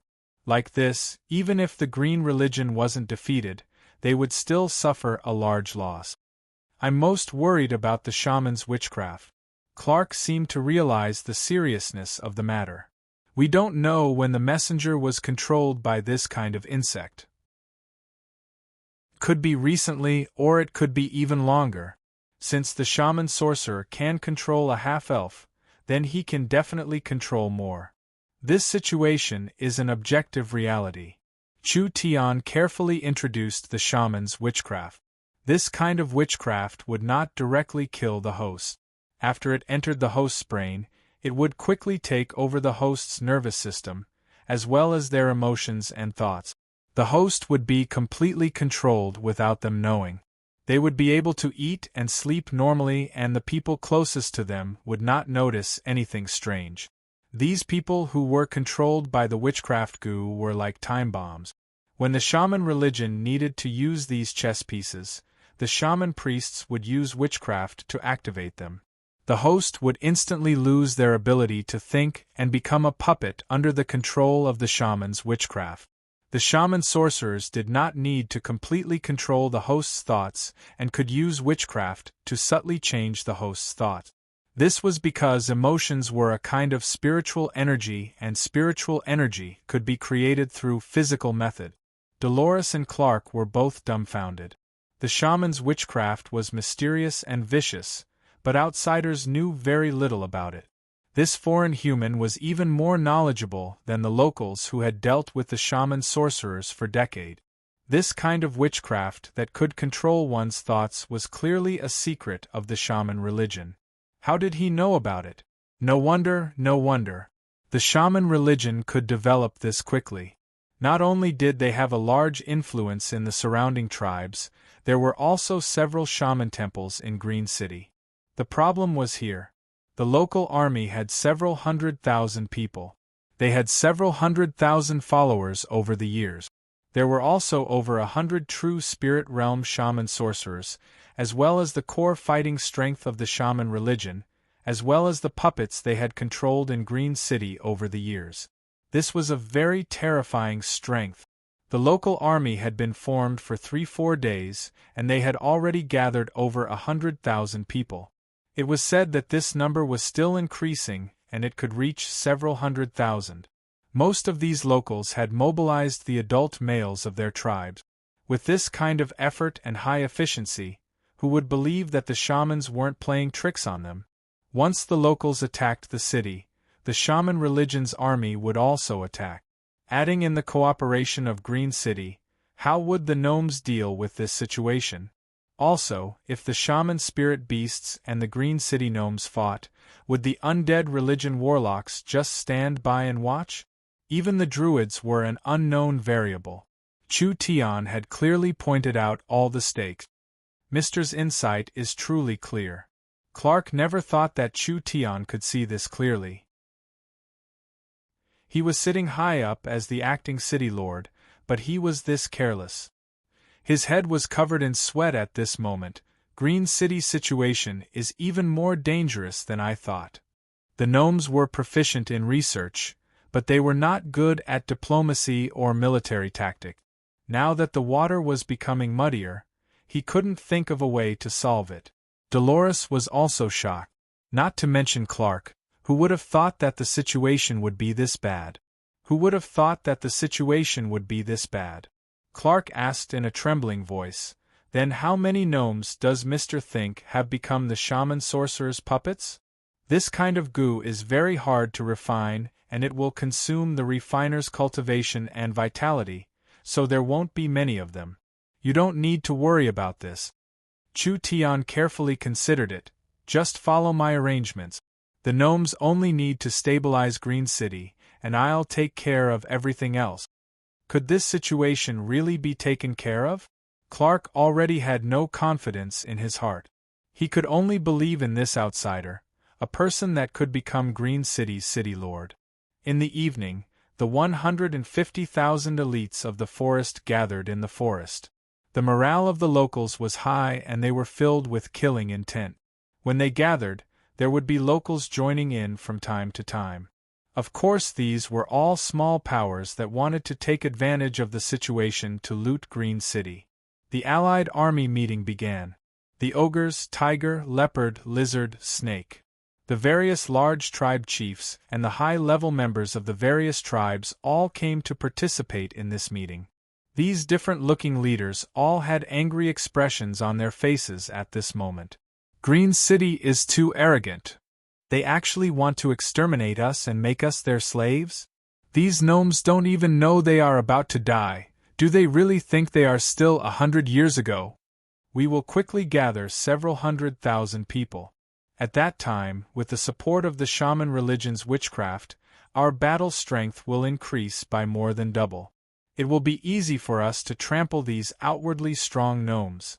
The entire Allied army was covered in a layer of strange rage, violence, and fanaticism. They were all impatient to charge into Green City and burn Green City to ashes, stealing all the wealth and food. Several goat race shaman priests stood in the corner with a smile of ridicule on their faces. The ox race's chief Arnold will lead 5,000 minotaurs to join the alliance. The locals were shocked. The minotaurs were very strong and they were not inferior to the ogres, but they specialized in charging at the front lines. These 5,000 minotaurs charging together was enough to easily tear apart the weak gnome defenses. Arnold was the Minotaur tribe's chief, but he was actually personally participating in this mission. This Arnold was the youngest chief of the Minotaurs in 200 years. He was a typical blockhead with a fiery and straightforward personality. He was a Minotaur that couldn't be more traditional, but with the Minotaurs' personalities, they wouldn't play any trick. Since Arnold had personally come, it meant that the Minotaurs also wanted to fish in Green City. More than a dozen tribal chiefs and a few shaman sorcerers received Arnold. One of the tribe chiefs said, "Arnold, you only took out 5,000 Minotaurs, isn't that too little? There are over 100,000 Minotaurs in the Minotaur Valley." Another tribe chief followed up, "We will split the loot according to work, whoever does the most will get the most. I'm afraid 5,000 Minotaurs won't be enough. The Minotaurs' reinforcements aren't just warriors." Arnold gave a simple smile. "You don't lack warriors, so the Minotaurs will give you what you lack the most." "What do we lack?" "Food." "What?" The various tribe chiefs were stunned. "You're saying you'll give food?" Arnold's large body moved to the side and he pointed at the Minotaurs behind him. All the tribe chiefs looked over. Several thousand fully armed Minotaurs had pulled over a large pile of metal cans, moving them to the native soldiers one by one. The entire Allied army camp was covered in cheers. The various tribe chiefs were all stunned. What is going on?" Arnold said with a laugh. "A human merchant came to the Minotaurs not long ago and this food was bought from him. There's enough good wine and meat, enough to fight our way to Green City." Human merchant? Where did this human merchant come from? How could he bring this much food into the forest? The local chiefs were all shocked and their killing intent weakened by a lot. There were even some people who asked Arnold how to contact this human merchant. "I don't know his background." Arnold shook his head, "but if you need, I can help you contact him." The shaman priests looked at each other. They could see the shock in each other's eyes. One of the shaman priests pinched a seal and muttered an incantation. Roar. An ogre suddenly roared out, "If we take down Green City, how much food can we not have? Why spend a large amount of money to trade with a human merchant? Not to mention, who knows how much food this merchant can provide. If we take down Green City, it will be enough for us to eat for 10 years. That's right. Attack Green City. Arnold, your food has come at the right time. Once our soldiers are full, we will definitely take down Green City. At that time, we'll give you a portion." Arnold nodded. This Minotaur chief looked over at the shaman priest and revealed a strange expression. Chapter 821. Night in the Minotaur Valley. Several tens of thousands of Minotaurs were celebrating, filling the valley with the fragrance of meat and wine. Chu Tian was sitting in the center of the valley with the Fox clan around a bonfire.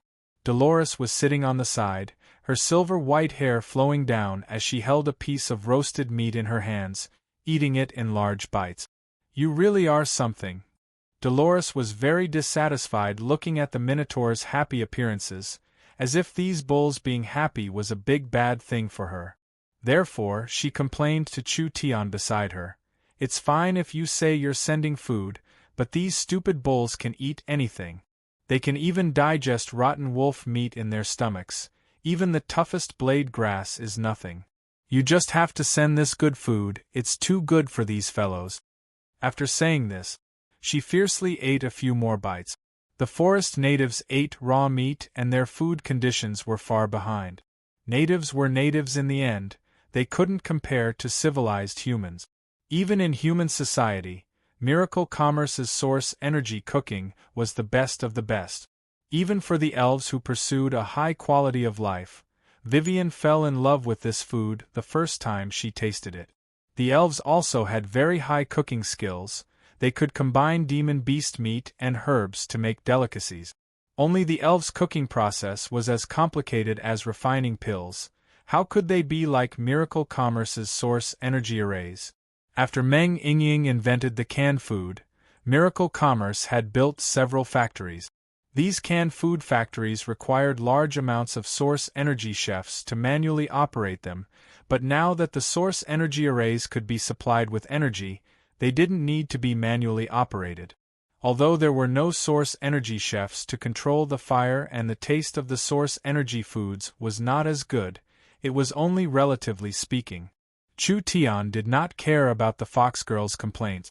This was because he had just brought Dolores, and they had ruthlessly slaughtered the minotaurs.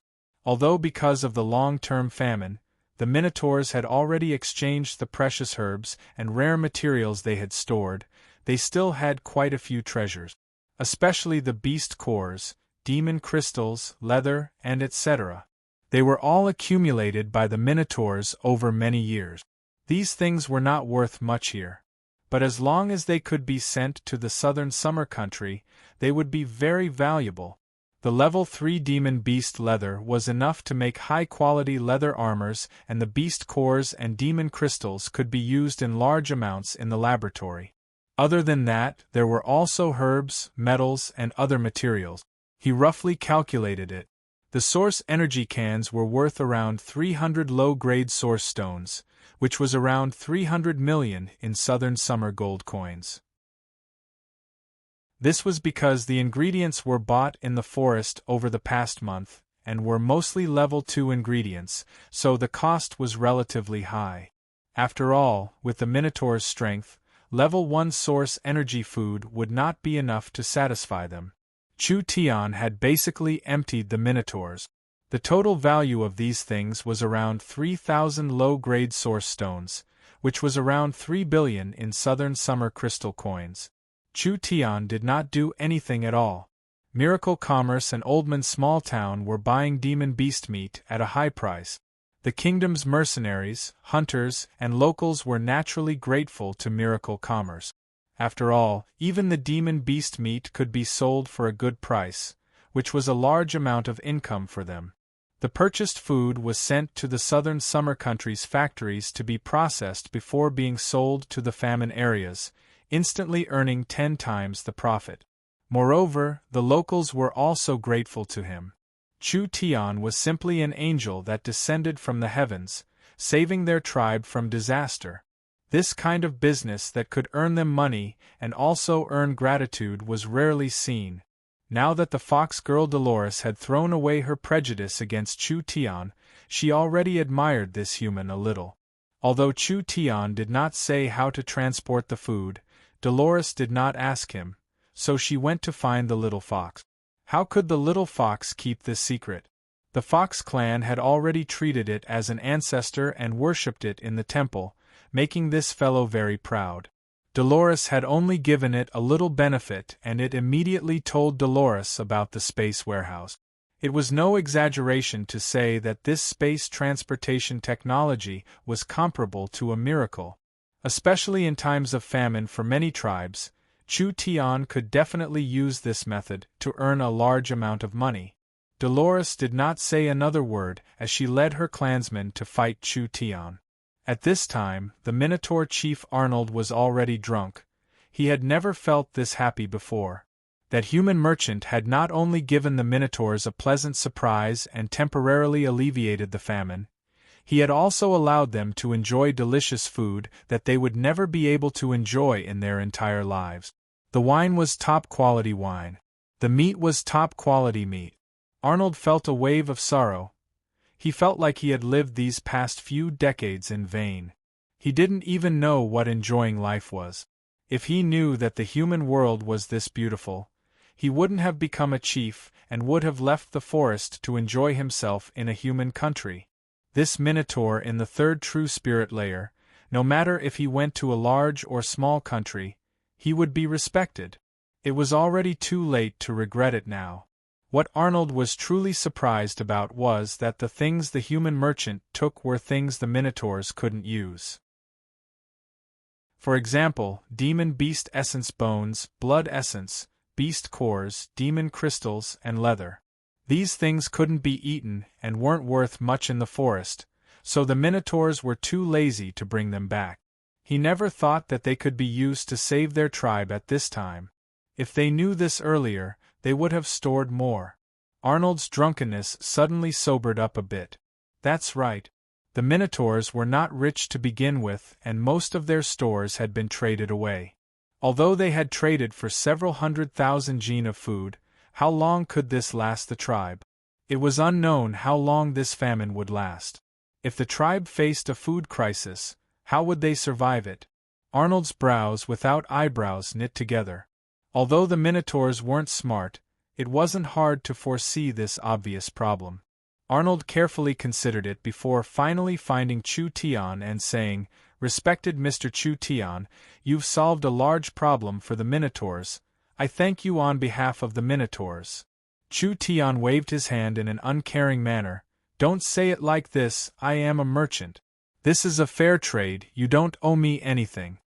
Arnold's large black face was a bit embarrassed. The quality of the food this time is very good. I think it's enough to last the Minotaurs for around 5 days, but after 5 days...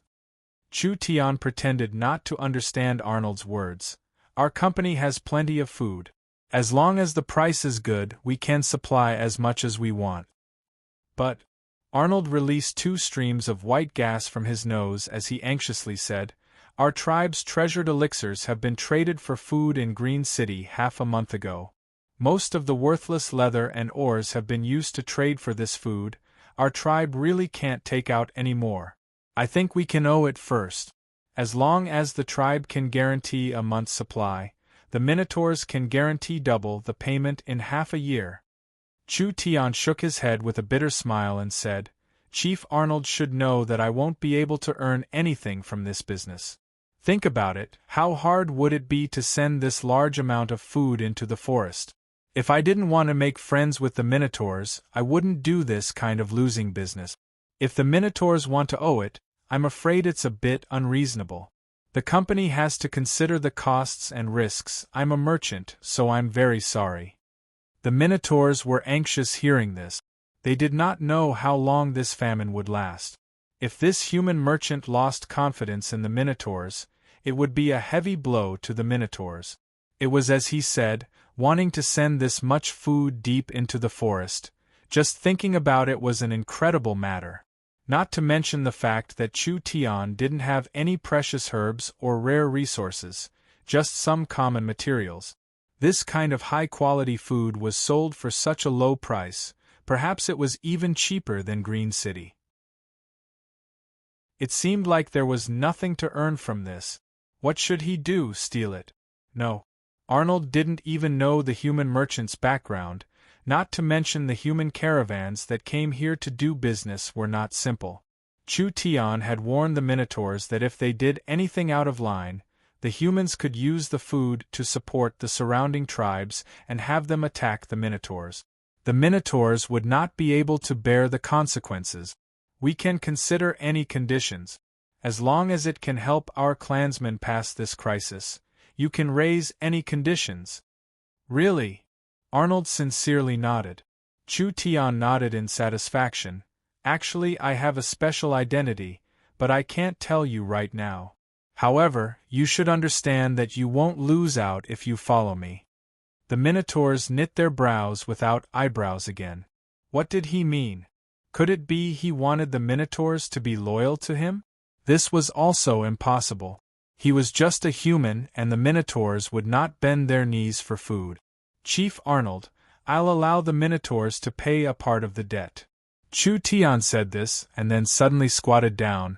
"As for the other part, we can use employment to pay it back." "Employment? I'm not a local after all, so it's a hindrance to do things here. If I have the help of the Minotaur's elite soldiers, there will be much less resistance when I start my business.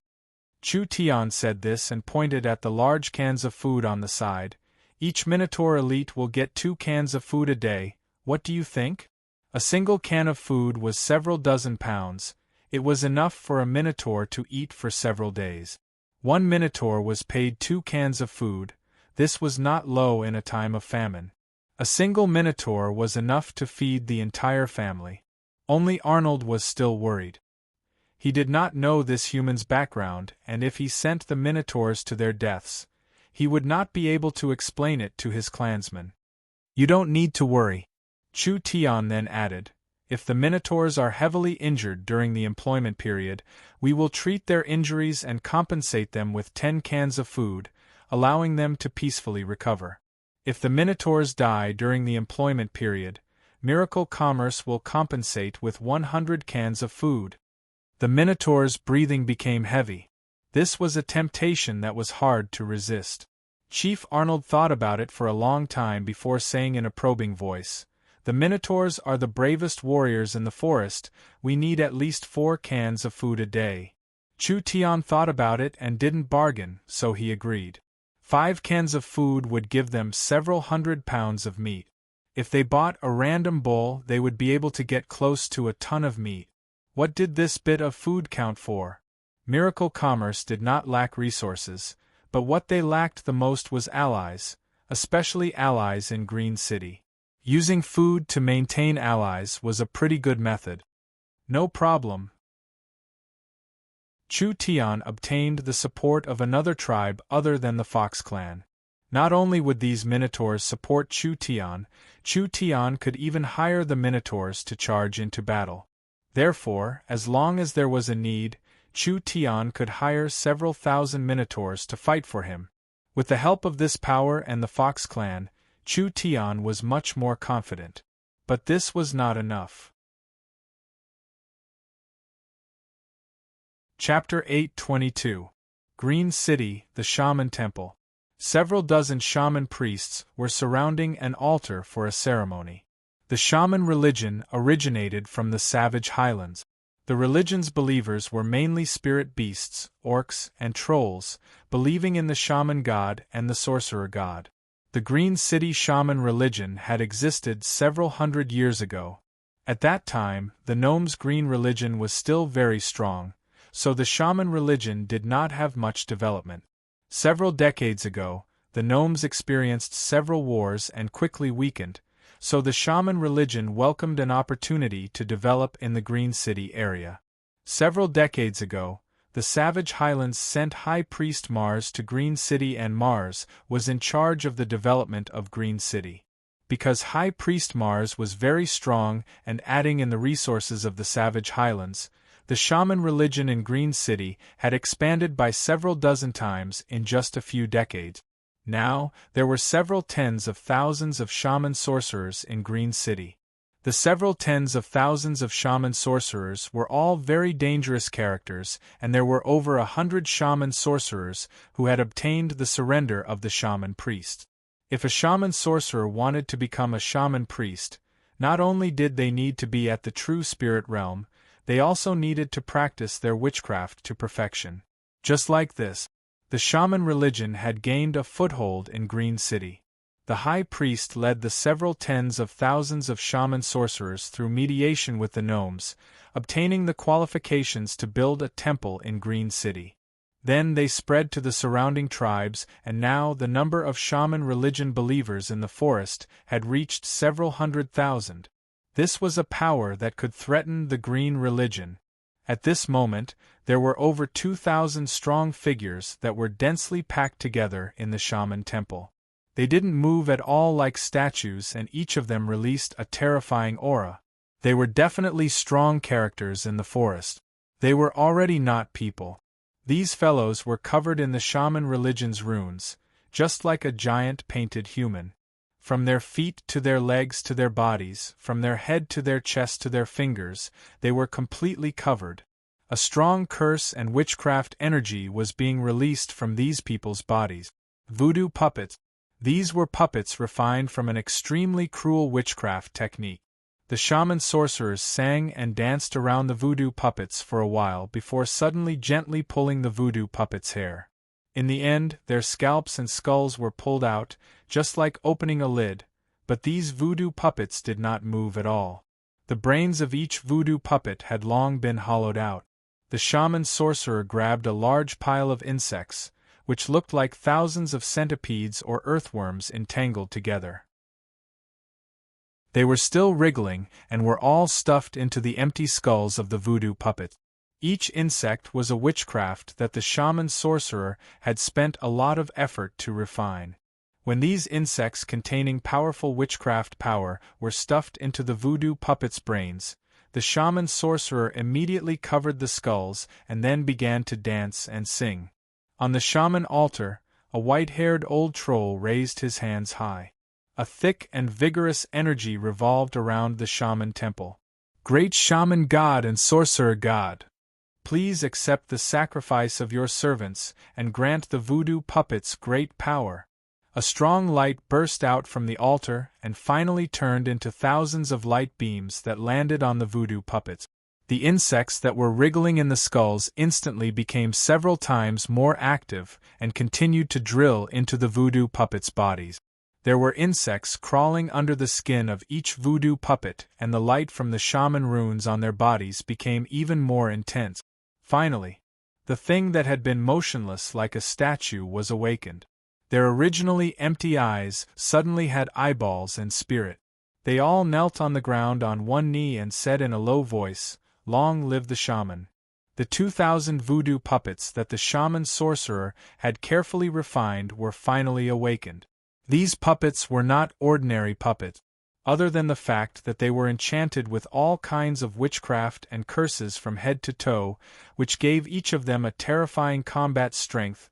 Their bodies were almost immortal. They were not afraid of fire, water, acid, or cutting. They even had simple thinking abilities. They could be said to be perfect puppet warriors. The time has come.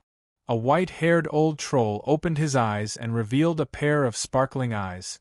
"This battle will turn Green City into ruins." This was the shaman high priest Mars from the savage highlands. He was an old troll with unfathomable witchcraft and was already over 150 years old this year. Mars called out in a low voice, "Luz, High Priest, what orders do you have?" A green-skinned orc walked in front of Mars. Luz was an orc shaman, and although he was young, his attainments in witchcraft were very shocking. Luz's witchcraft was second only to Mars, therefore he had a very high position in the Green City shaman religion.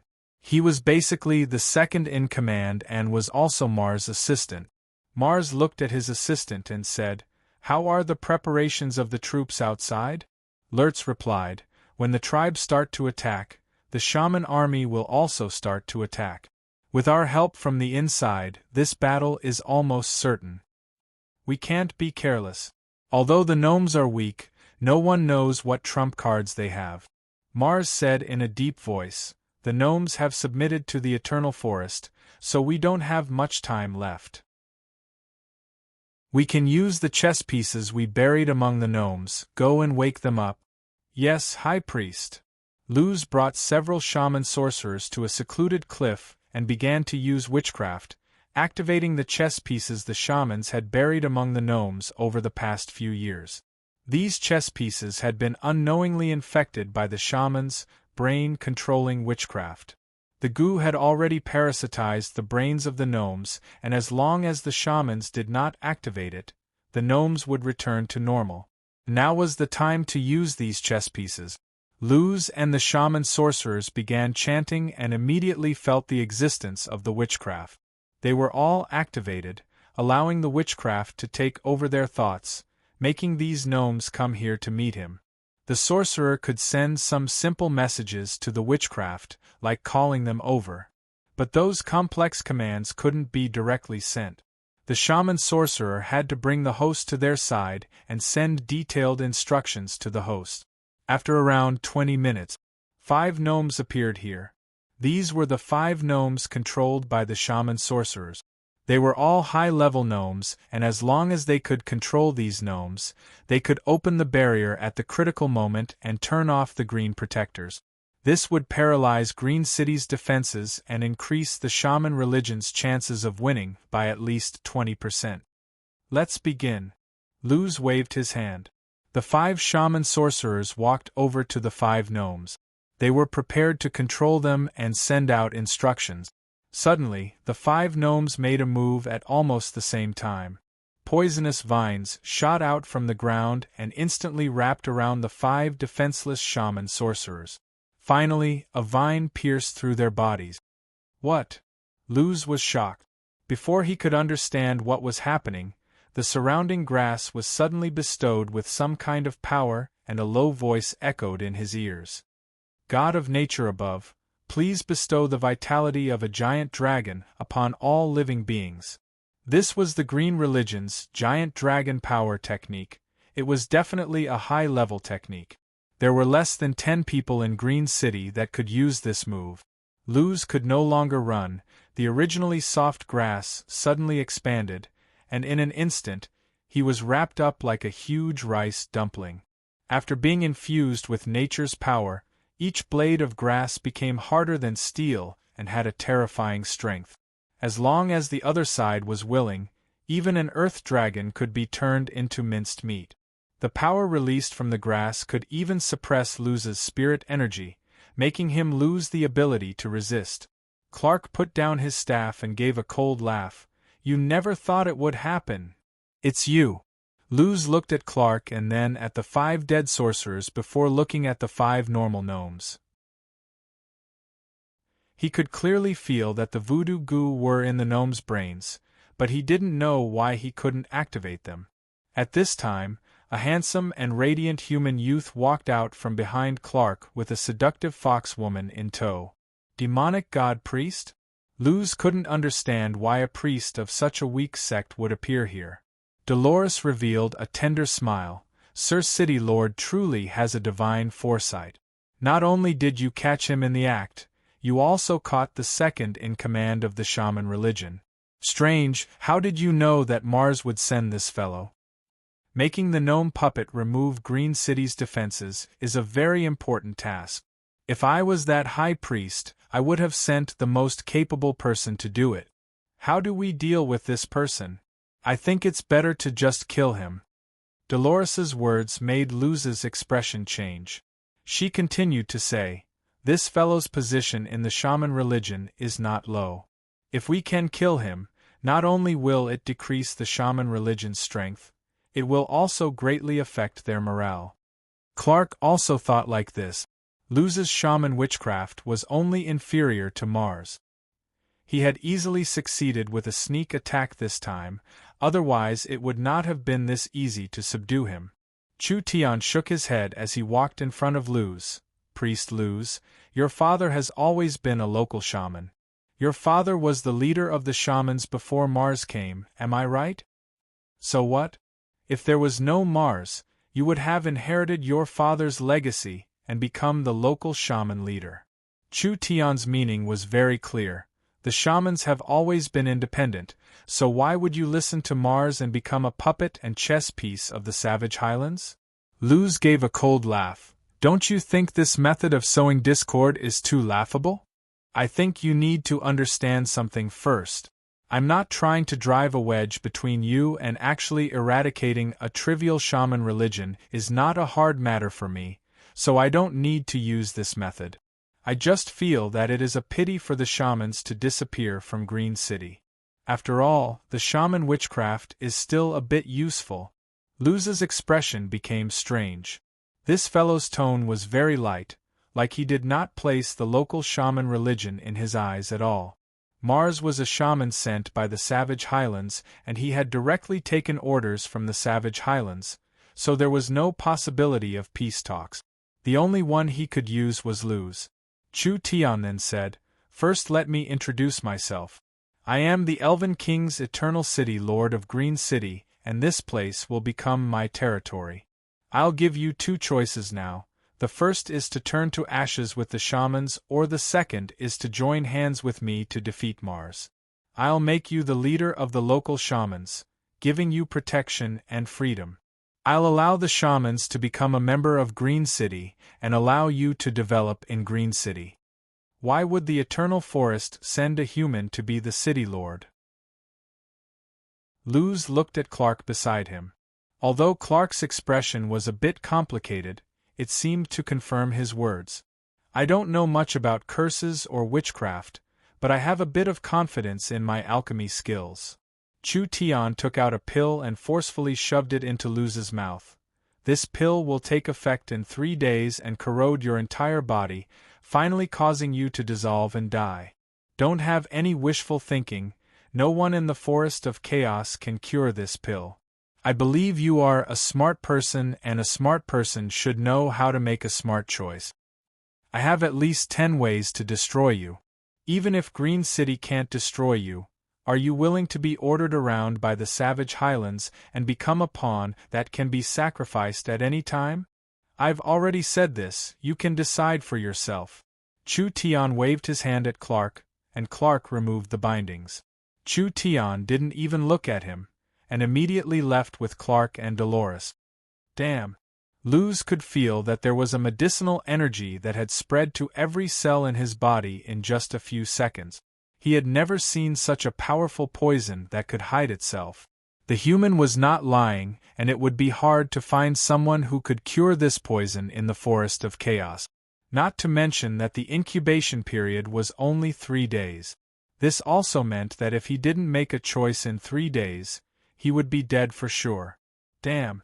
He had fallen to this point because of a moment of carelessness. Where did that mysterious human come from? From their appearance, it seemed like they did not place the shaman religion in their eyes. When Luz returned to the shaman temple, High Priest Urs looked at him. Has the chess piece been arranged? Luz lowered his head with a strange look in his eyes. He said in a calm voice, High Priest can be assured, everything has been arranged. Chapter 8:23. Chu Tian and Arnold discussed the details of their cooperation. The main thing was the amount of food, the time limit for the Minotaurs to repay the loan, and the interest. All the Minotaurs in the Minotaur Valley were very grateful to Chu Tian. This human was simply a savior from the heavens. The most important thing was, the food that this human brought was too good. It was like what Chu Tian said before. After eating Miracle Commerce's food, the Minotaurs couldn't eat anything else. Chu Tian announced that the Fox clan would become Miracle Commerce's local representative. For things like sending food to the Minotaur Valley, they would all be taken care of by the Fox clan. Chu Tian would not easily appear again. The Minotaur's battle strength does not lose to the ogres. You can obtain the support of the Minotaurs. This is indeed beneficial for you in the future. Dolores's bright eyes flashed with praise and a trace of satisfaction at the same time. The Fox people had endured these stupid bulls for a long time, and now that the stupid bulls had to listen to the Fox clan, she felt her heart fill with joy. But the Minotaurs in the Minotaur Valley are only working with you because of the threat of famine. It doesn't mean they are willing to sell their lives for you. As long as the famine situation is alleviated, I think your control over them will quickly decrease. Dolores then said, Your current actions are a risky investment. Who knows if the Minotaurs will repay the resources? Unless you become the city lord and make this debt real, all your efforts will be wasted. Chu Tian nodded. Then what do you think I should do? We can secretly hunt the Minotaurs in the Minotaur Valley, or we can use Sir Demonic God's abilities to take the demon beasts away, making the Minotaurs eat less and less. This way we can maintain our dependence on Miracle Commerce. But Dolores's charming voice changed. Doing this will be very strenuous and there will be a gap if we're discovered, which will make things worse. Moreover, there is only a single Minotaur tribe, so it won't be of much help to you. This beautiful fox girl could already stand in Chu Tian's point of view. Chu Tian was very satisfied with this. The Fox clan had clearly tied their benefits to Miracle Commerce. A single Minotaur tribe is far from enough, so I need the support of more tribes. Chu Tian calmly said, if I have 10-20 tribes supporting me, wouldn't it be much easier to become the city lord? Dolores's eyes flashed with a look of surprise. If you can obtain the support of this many tribes, naturally it won't be a problem. The problem is, how do you do it? This is definitely not an easy matter. It's simple, a good move can be used twice. Chu Tian was now inspired by the Minotaur tribe. Survival was the most important rule for the forest locals. Now that there was a large-scale famine near Green City, several tribes were struggling like the Minotaur Valley. Even if the other tribes were in a better situation, they would still be struggling. Controlling the food in this period would mean controlling the locals. Chu Tian did not recommend risky investment. As long as he obtained the support of the locals, even if it was temporary support, he would be able to stabilize his position as the city lord. At that time, the locals would have no choice but to submit and their debts would be settled. I'll need your help with this matter. With our current relationship, Sir City Lord's matter is our matter. To be able to help Sir City Lord, of course it is our honor. Dolores smiled beautifully. When her voluptuous body trembled, Chu Tian couldn't help but take another look. Dolores didn't care at all. Instead, she threw him a flirtatious look and said, it's just that our demonic Saint Church is very small and everyone's lives are very happy. Sir City Lord, do you think? That voice seemed like it could drip water. The charm of the Fox clan's great beauty was like 100 barrels of honey poured into a pond. It was enough to melt the bones of any human man. This was asking for benefits. The Fox clan naturally followed benefits, they would not work for free. What are you in a rush for? Since I said I would make you rich, of course I won't go back on my word. Why don't you ask, when have I, Chu Tian, ever mistreated anyone? Chu Tian heroically patted the fox girl's shoulder. You can be assured. Of all the profits we make in the forest, I will give 1/10 of it to your demonic saint religion, including the debts of the Minotaur tribes. Once these debts are confirmed, we will all receive a share. 1/10? Stingy. Dolores's misty eyes were filled with a happy glow. Under Chu Tian's exploitation methods, the local tribes would have to pay back their old debt. Even if they only gave 1/10 of the profits to the Fox clan, it would still be a considerable amount. The Fox clan did not put in any effort at all, they were only acting as intermediaries and agents, so these benefits were basically free. Especially the debts, this was not just debts, it was simply usury. If the famine became longer and the locals owed more and more money, the Fox clan would be able to lie down and earn large amounts of money. Dolores's attitude towards Chu Tian clearly became better. Sir City Lord, what can I help you with? I need information. I need information on all the locals that Green City can rope in, as well as the hunting areas of the locals. Chu Tian felt goosebumps rise on his skin when he heard the fox girl's bone-melting voice. Also, I want all the priests to help me make a batch of things. The hunting areas were the resources the locals relied on to survive. The forest locals had a 100% hunting culture, so they did not know how to farm, so the hunting areas were the tribe's only source of food. A large tribe's hunting area was at most 200 miles wide. Chu Tian wanted to completely cut off the locals' limited food source. With the Fox clan's information and Chu Tian's methods, this matter was completely possible. In the future, when the army or mercenaries camped in the wilderness, there would be a beast-repelling array used to defend against demon beasts. This beast-repelling array was similar to the beast-luring array. The beast-luring array used auras, pheromones, sounds, and smells to lure in demon beasts, while the beast-repelling array was the opposite. It was used to drive away demon beasts. Chu Tian brought Dolores and the several dozen Fox clan priests to help. These Fox clan's battle strength was not high, but they were all genuine true spirit cultivators. Moreover, the Fox clan had studied source energy arrays, so they only used 2 days to make 200 level 3 Earth Dragon Beast repelling talismans. The Earth Dragon repelling talisman simulated the aura of the Earth Dragon Beast.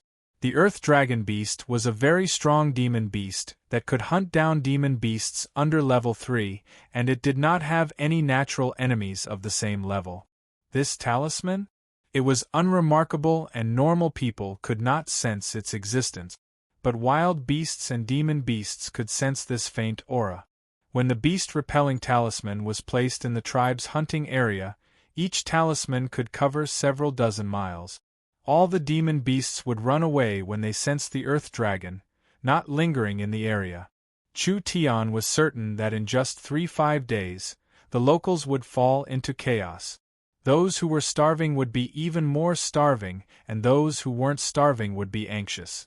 At this time, Chu Tian would have the Fox clan spread the news in the forest, saying that there was a human company in the forest and that they could buy large amounts of food at a low price.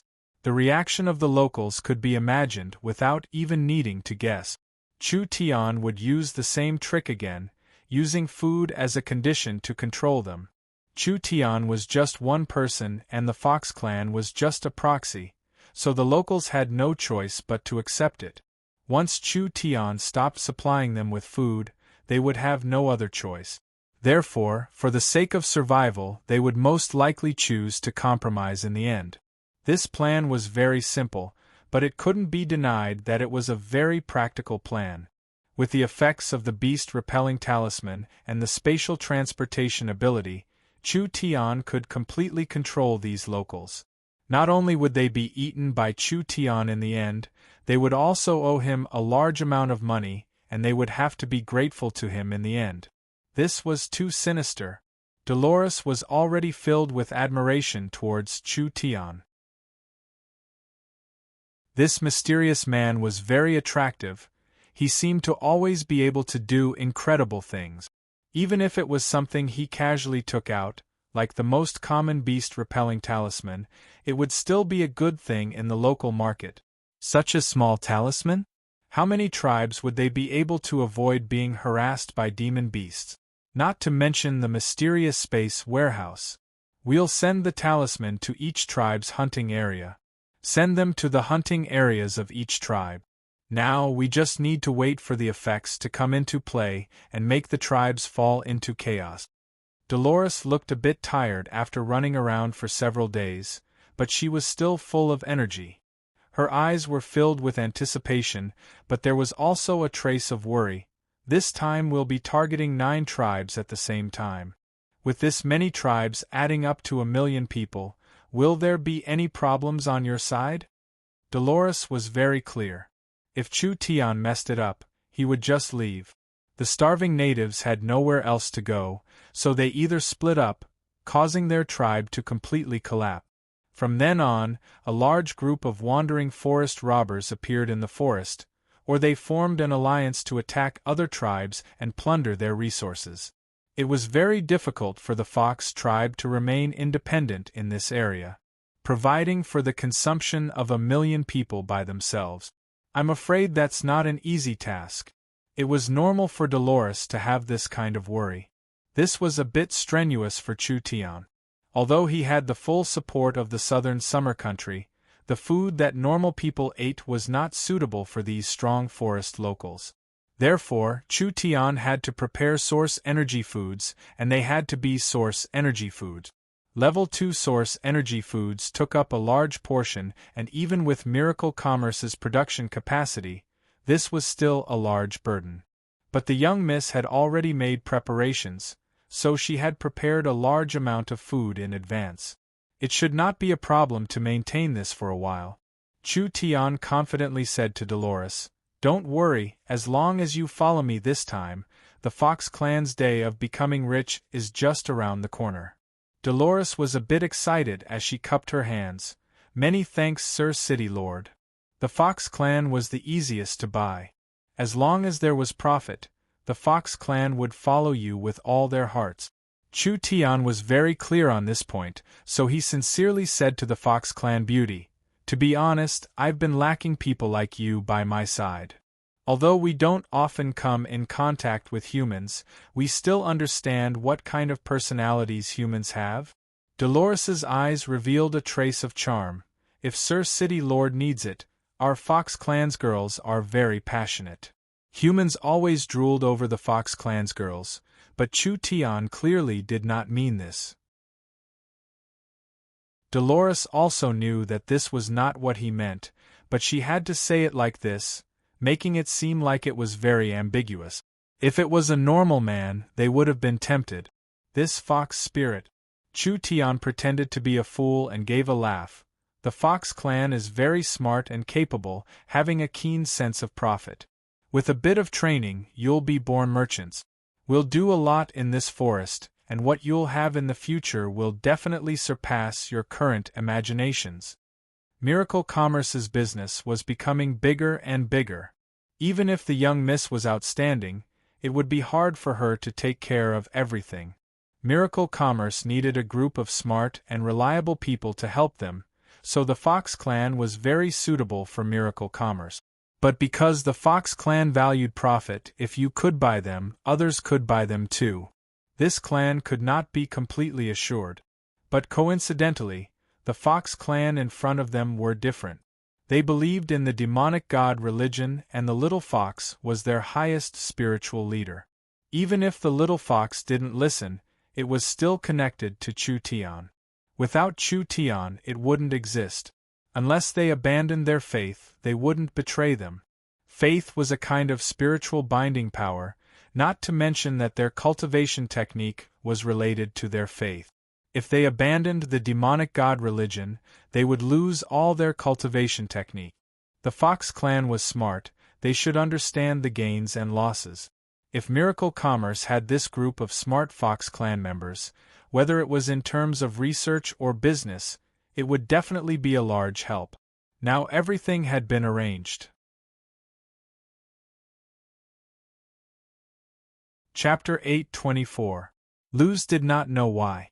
When he saw that young human, he had a bad premonition in his heart.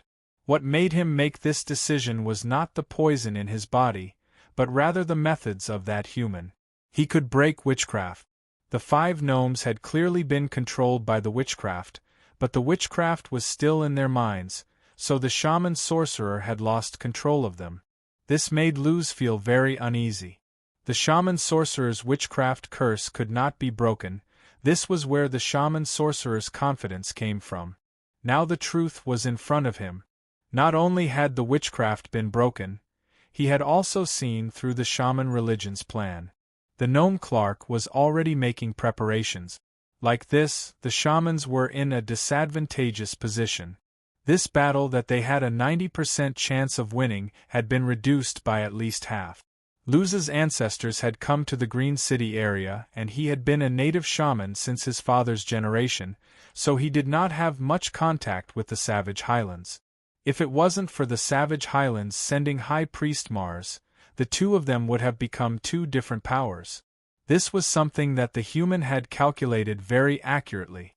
Although Mars had absolute authority in the religion and all the shaman priests had to listen to him, the local shaman sorcerers made up the majority of the Greenland's shamans.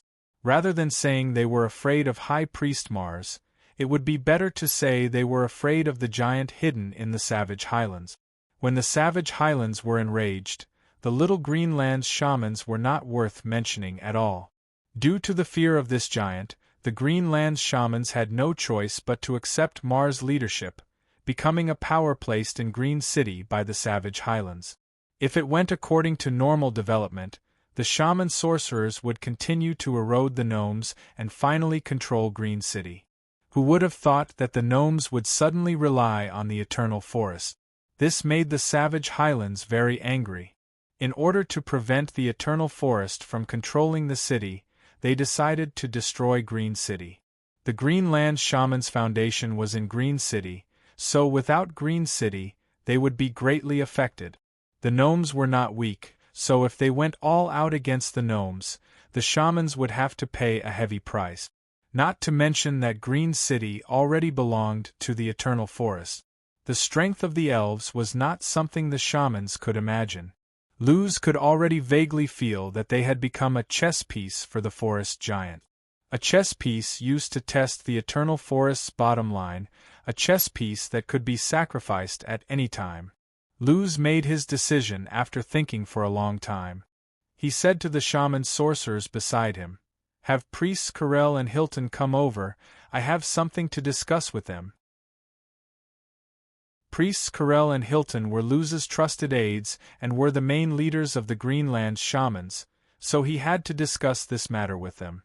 After Chu Tian brought Dolores and Clark away from Luz, Clark said in a slightly worried voice, "You're letting Luz go like this? He is not a character that is easy to control. We've managed to regain a bit of an advantage with great difficulty, so if notices this, perhaps Green City will fall into a disadvantageous situation." Clark now had a whole new level of respect for this young man.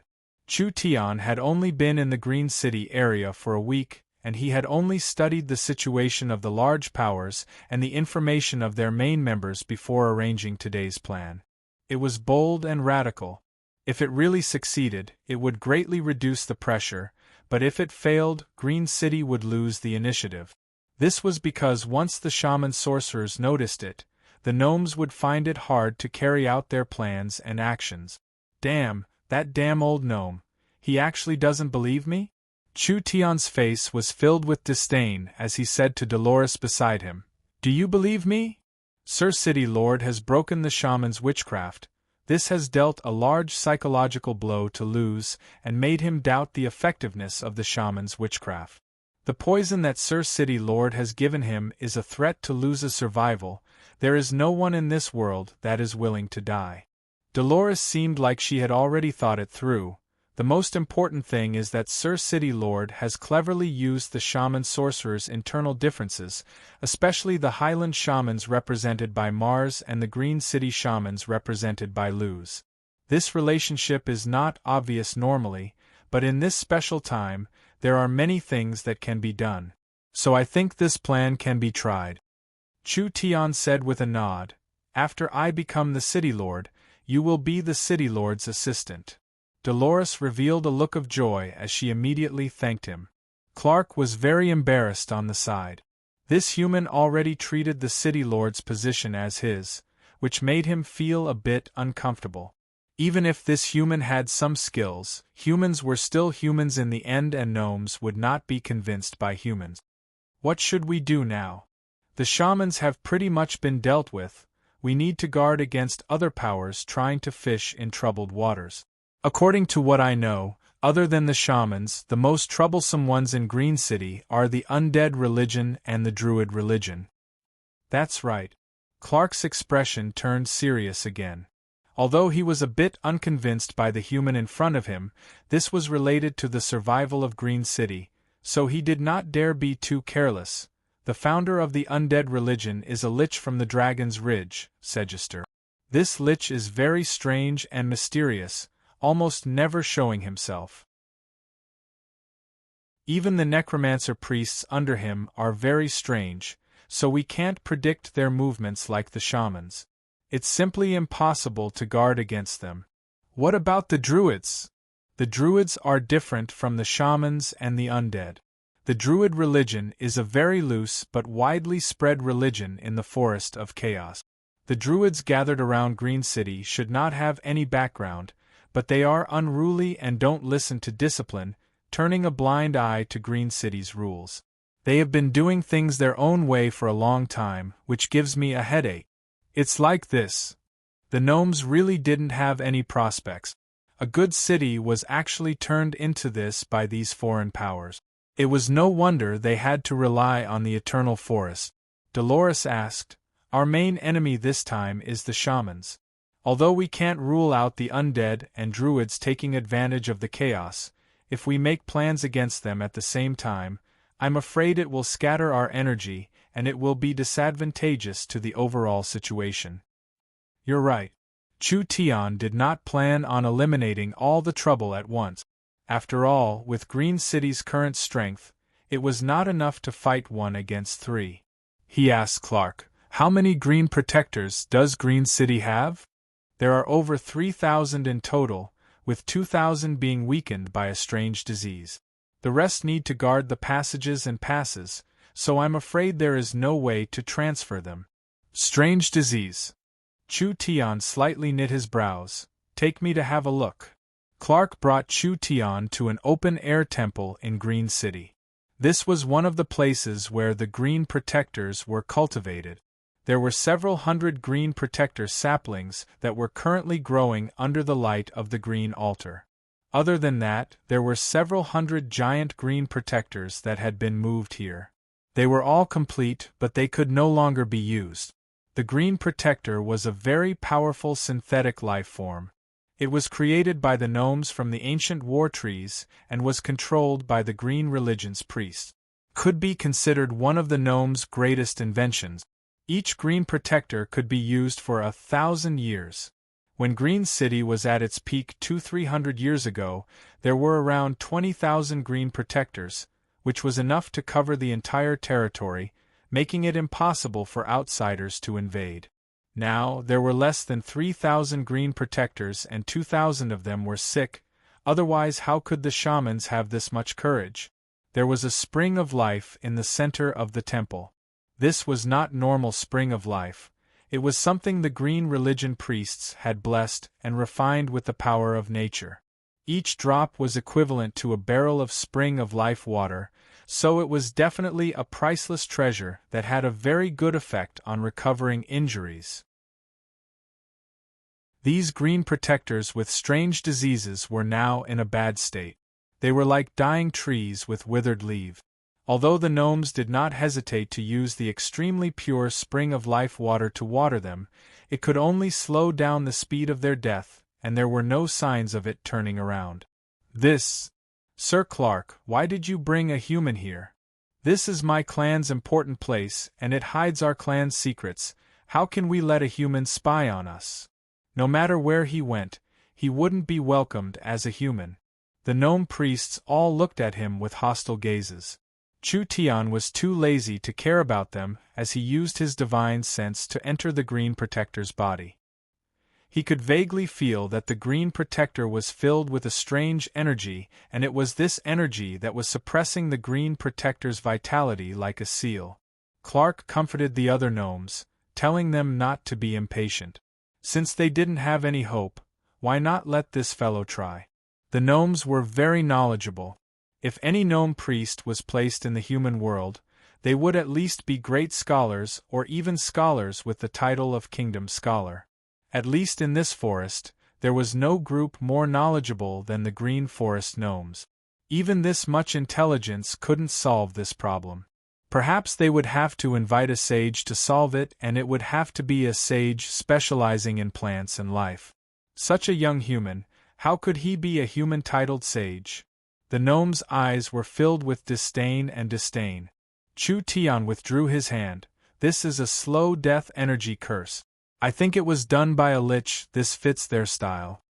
Dolores asked in a curious voice, is there a way to cure them?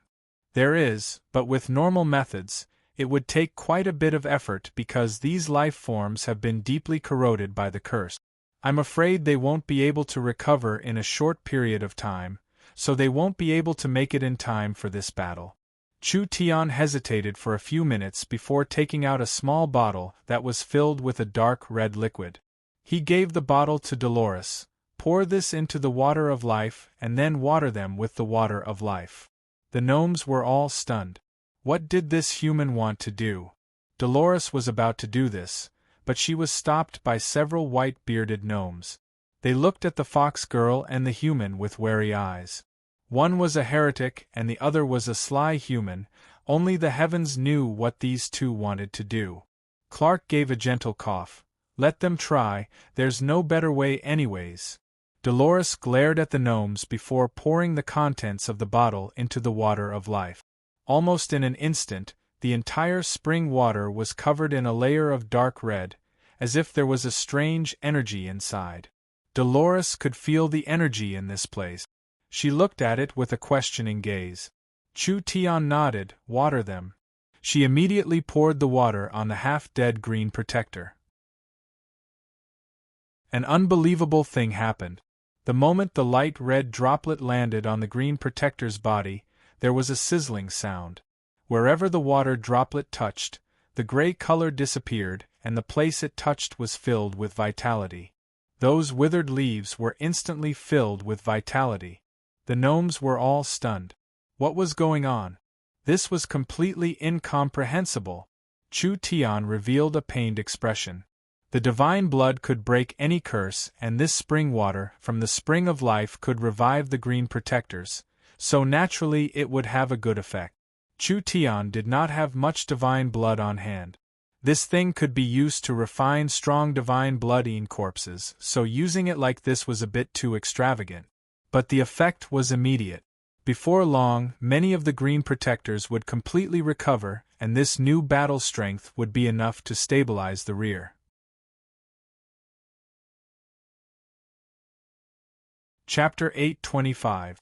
Chu Tian's plan was unexpectedly smooth, at least it was very smooth at the beginning. Chu Tian's beast-repelling talismans were very effective, driving away most of the prey in the native hunting area. This caused the number of demon beasts to decrease by a large amount. Not to mention the daily harvest, it was not even a fifth of what it was a few days ago. This was simply adding hail to snow. Now even the tribes that lacked food were beginning to worry seeing this situation. Those tribes that had already started to starve were now running around like ants on a hot pan. The large tribes began to study it. There had to be some kind of geological change in the forest. It could be a natural energy fluctuation, a change in the spiritual vein, or a natural disaster. Of course, it could also be a man-made disaster. In short, there was less prey. Living in the forest of chaos, it wasn't good to have too many demon beasts around, it could easily threaten the tribe's safety. Moreover, areas with a high density of demon beasts would increase the chances of high-level demon beasts appearing, but it wasn't good to have too few demon beasts either. The locals relied on hunting, and the forest environment was not suitable for farming. The current situation was very dangerous, and it was unknown how long it would last. There were already several tribes that couldn't hold on any longer. Move away? This was not a small matter. This was not something that could be decided in an instant. The forest of chaos was filled with dangers, especially in the depths of the forest. There were many powerful demon beasts' territories, as well as many low-key but dangerous tribes. There were also many fierce forest robbers, and all kinds of dangers were hard to predict. Who didn't want to live a stable life? Who would want to embark on a dangerous path with an unknown future? Not to mention that even if they moved away, they still had to make preparations. They would need to spend at least 10-15 days exploring their new living environment and prepare enough rations for the journey. If they did this, their tribe would have died long ago. Since things had reached this point, there was only one method: steal. In this savage land, using force was always the best way to solve problems, and it was the basic way to survive. If there was no food, they would steal food, and if there were no resources, they would steal resources. This was the natural order of the forest races, and it was also why the dark forest law was so prevalent. When two tribes were together, the other side wouldn't move against you now, but that didn't mean they wouldn't move against you forever. If there was a famine or some other reason, two tribes that had a good relationship with each other would instantly fight. Those who didn't have food would snatch food, while those who had food would be wary of suspicion, or perhaps they would take advantage of the situation and attack the other party first to prevent future troubles. In short, this matter had already become a tradition in the forest of chaos. The entire forest was filled with the sound of knives being sharpened. It was like a barrel of gunpowder exploding. An unprecedented battle was about to erupt. Chu Tian's plan could be said to be successful up to this point. But before the second step could be carried out, an unexpected change occurred. Hushao Forest, a large fox tribe to the southeast of Green City. They had around 200,000 people and had lived here for 43 years, so they could be considered an old tribe. The Tiger Tribe warriors raised their weapons and roared out. This tribe had already begun to gather their troops. The Tiger Tribe's chief decided to personally lead 30,000 elite warriors to launch a sneak attack on the Lizard Tribe not far away. The Lizard Tribe lived in the wetlands and had the habit of storing food. As long as they were eliminated, it would solve the tribe's urgent need. When the Tiger Tribe people were busy gathering their troops, a strange figure appeared in front of the Tiger Tribe's gate. This was a Goat Tribe spirit beast with an ugly old face. He was wearing a large robe and his hands and neck were covered in bone ornaments. He was also holding a long staff in his hand, looking very strange. "Who are you? You actually dare charge into the Tiger Tribe?" Before he even finished speaking, the Goat Tribe waved his hand and several Tiger Tribe men fell to the ground, foaming at the mouth and twitching. No one knew what they had done. This Goat Tribe person swaggered into the Tiger Tribe, but since he charged in like this, he naturally attracted the attention of many people and was immediately surrounded. The Tiger Tribe chief came out and coldly looked over. "Shaman sorcerer? What are you doing here?" The shaman sorcerer gave a laugh. "I'm here to show the chief the way." "Show the way? What way?" "The Tiger Tribe wants food, so attacking our neighbors is not a good idea. How we do things is not up to you swindlers to tell us what to do. Why don't you take a longer view?" The shaman sorcerer ignored him and suddenly said, "Green City has stored food for several decades, so why can those gnomes live in the city and have large amounts of food while you guys can only hide in the forest? In my opinion, we should directly attack Green City and take over Green City. At that time, not to mention a temporary problem, we won't have to worry about food for 3-5 years." The Tiger Tribe chief's face fell. "What did you say?" The ogres, lizard men, snake tribes, and the southern tribes have all come to an agreement and are prepared to attack Green City together to steal food. The shaman sorcerer said this before turning around. The gnomes and the green religion have completely declined in the past few decades, so this is the best time. As for whether the Tiger Tribe wants to join, it will be up to the chief's decision. Green City's acting city lord, the gnome Clark, had a worried frown on his face. The gnomes were related to the elves, but they were not a mix between the elves and other races. The gnomes were an independent race, a branch of the elves in the ancient times, belonging to the lesser elves. It was like the relationship between the halflings and humans. Their bloodlines were very similar, but they had already evolved into two different races. The gnomes were around the same height as the dwarves and their other characteristics were similar to the elves. The gnomes had a very smart mind and they liked to study knowledge and truth, studying profound source energy arrays. Although they loved nature like the elves and didn't like fighting, they were not as inflexible as the elves. The gnomes had a very good strength in the forest. When the gnomes in this area were at their peak, there were several million of them and they were divided into several dozen tribes. Although they were all independent, they had a common belief, which was the green religion. The city the gnomes spent 500 years to build was this Green City. The gnomes had a good strength, but compared to the true giants of the forest, they were still lacking. Those giants didn't want to touch the other side's sensitive nerves, so they didn't directly take Green City. They just thought of ways to slowly nibble away at it. The Lich from the Dragon's Ridge brought the undead religion. The spirit beasts from the savage highlands brought the shaman religion. The druids who didn't like fighting were inexplicably drawn in. After several decades of fighting, the strongest green religion had already been destroyed. When the gnomes finally felt that they couldn't control this city anymore, the Eternal Forest's elven king threw out an olive branch to the gnomes, willing to accept these close relatives. Clark and the gnome elder didn't even think about it before agreeing. The gnomes did not build Green City to fight for fame, rather they just wanted to build a home for the gnomes to peacefully study in. Who would have thought that after this home became rich, it would attract so many greedy eyes?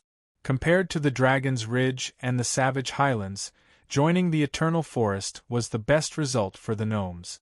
The Eternal Forest's elves were close relatives to the gnomes, and the elves were gentle and kind, so they wouldn't make things hard for the gnomes. The Elven King even promised that the gnomes could continue to study and live in Green City, no different from before. The gnomes had no desire for power and wealth. It didn't matter who was the master of the city, it was fine as long as they didn't drive the gnomes away. Clark was very happy to complete the agreement with the Elven King.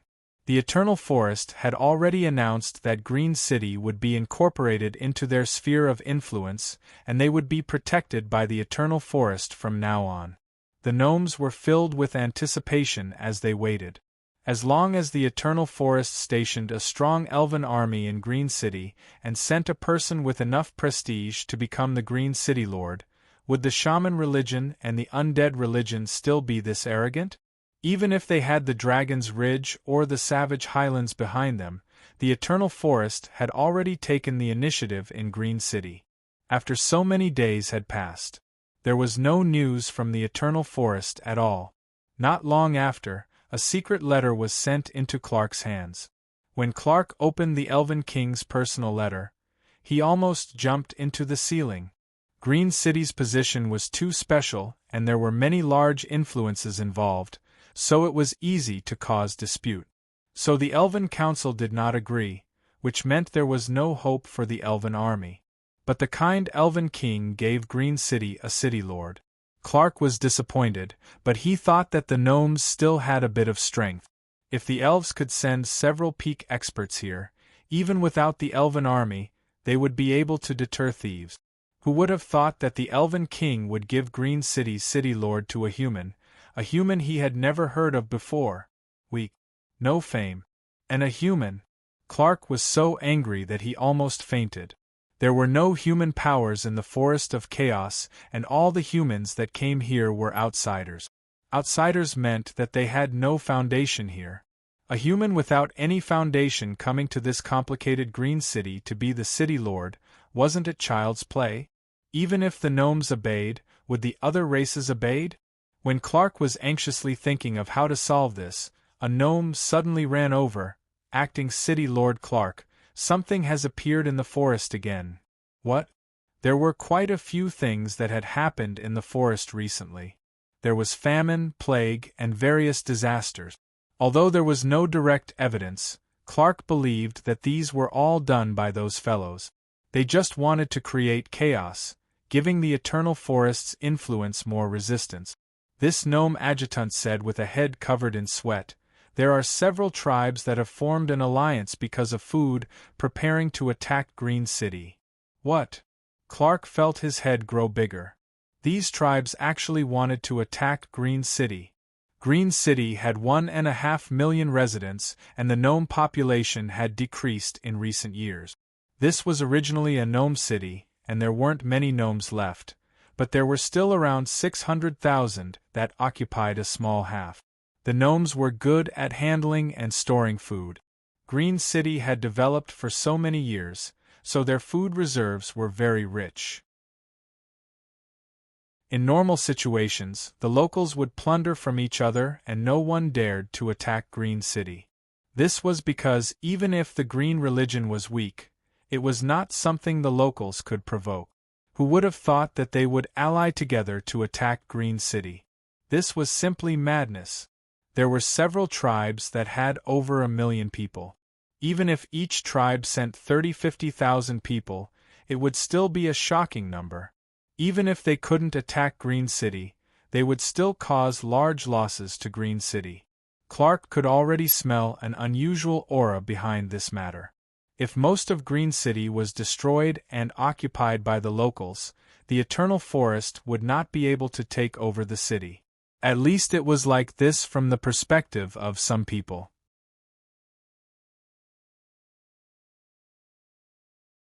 Chapter 8:26. After the green protectors were watered, the dead wood quickly recovered and the leaves became greener than before. This terrifying recovery speed could be seen by the naked eye, and a pool of water of life could water 400-500 green protectors. The problem that the gnomes couldn't solve with a large amount of energy was easily solved by Chu Tian. Those green leaves were filled with vitality, and each leaf had traces of blood that were hard to see with the naked eye. It was like a pattern or an array that made the green protectors release a special aura, as if they were stronger than before. The green religion priests quickly inspected them. Forest divinity above. The vitality of these green protectors has been doubled. Each green protector's regeneration, recovery, and strength have all been greatly increased.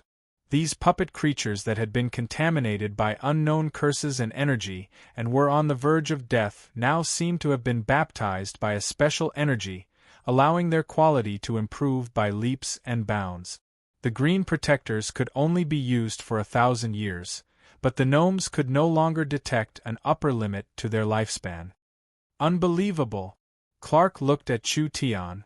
After the green religion priests strengthened the green protectors 100 years ago, they couldn't find a way to strengthen the green protectors anymore, but you did it with a small bottle. Can you tell me what it is? As long as we can collect this thing, Green City's strength will increase greatly. Of course I can tell you, but I'm afraid you won't be able to collect it with your abilities. Chu Tian softly said. This is the essence blood condensed by an ancient god before it died.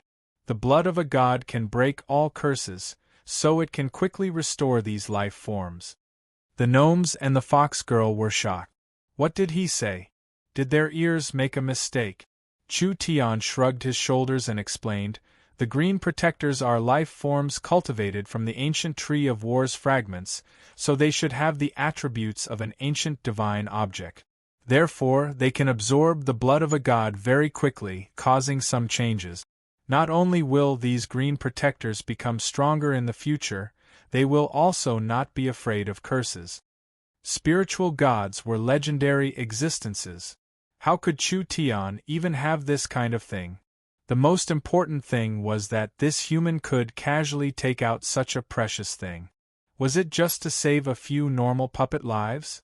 This kind of action was like putting a top-grade crystal in a toilet. It was too extravagant. Dolores' eyes almost lit up. You actually have this kind of divine object on you? This doesn't count for anything. Chu Tian casually waved his hand, but his heart was still aching. However, he believed in the principle of not regretting it if he gave it away. Since he chose to act cool, he would act cool to the end, so he waved his hand and said, All right, you can place the healed green protectors near the necromancer temple and let them bask in the sunlight. These cursed and polluted green protectors being placed in front of the undead temple was not as simple as just basking in the sunlight. This was a powerful deterrent to the necromancers. First, the necromancers' curses and pollution had been purified, which would be a large shock to them. Second, these healed green protectors were placed here to send a message to the necromancers. That was that Green City already knew that they were the ones who killed these green protectors.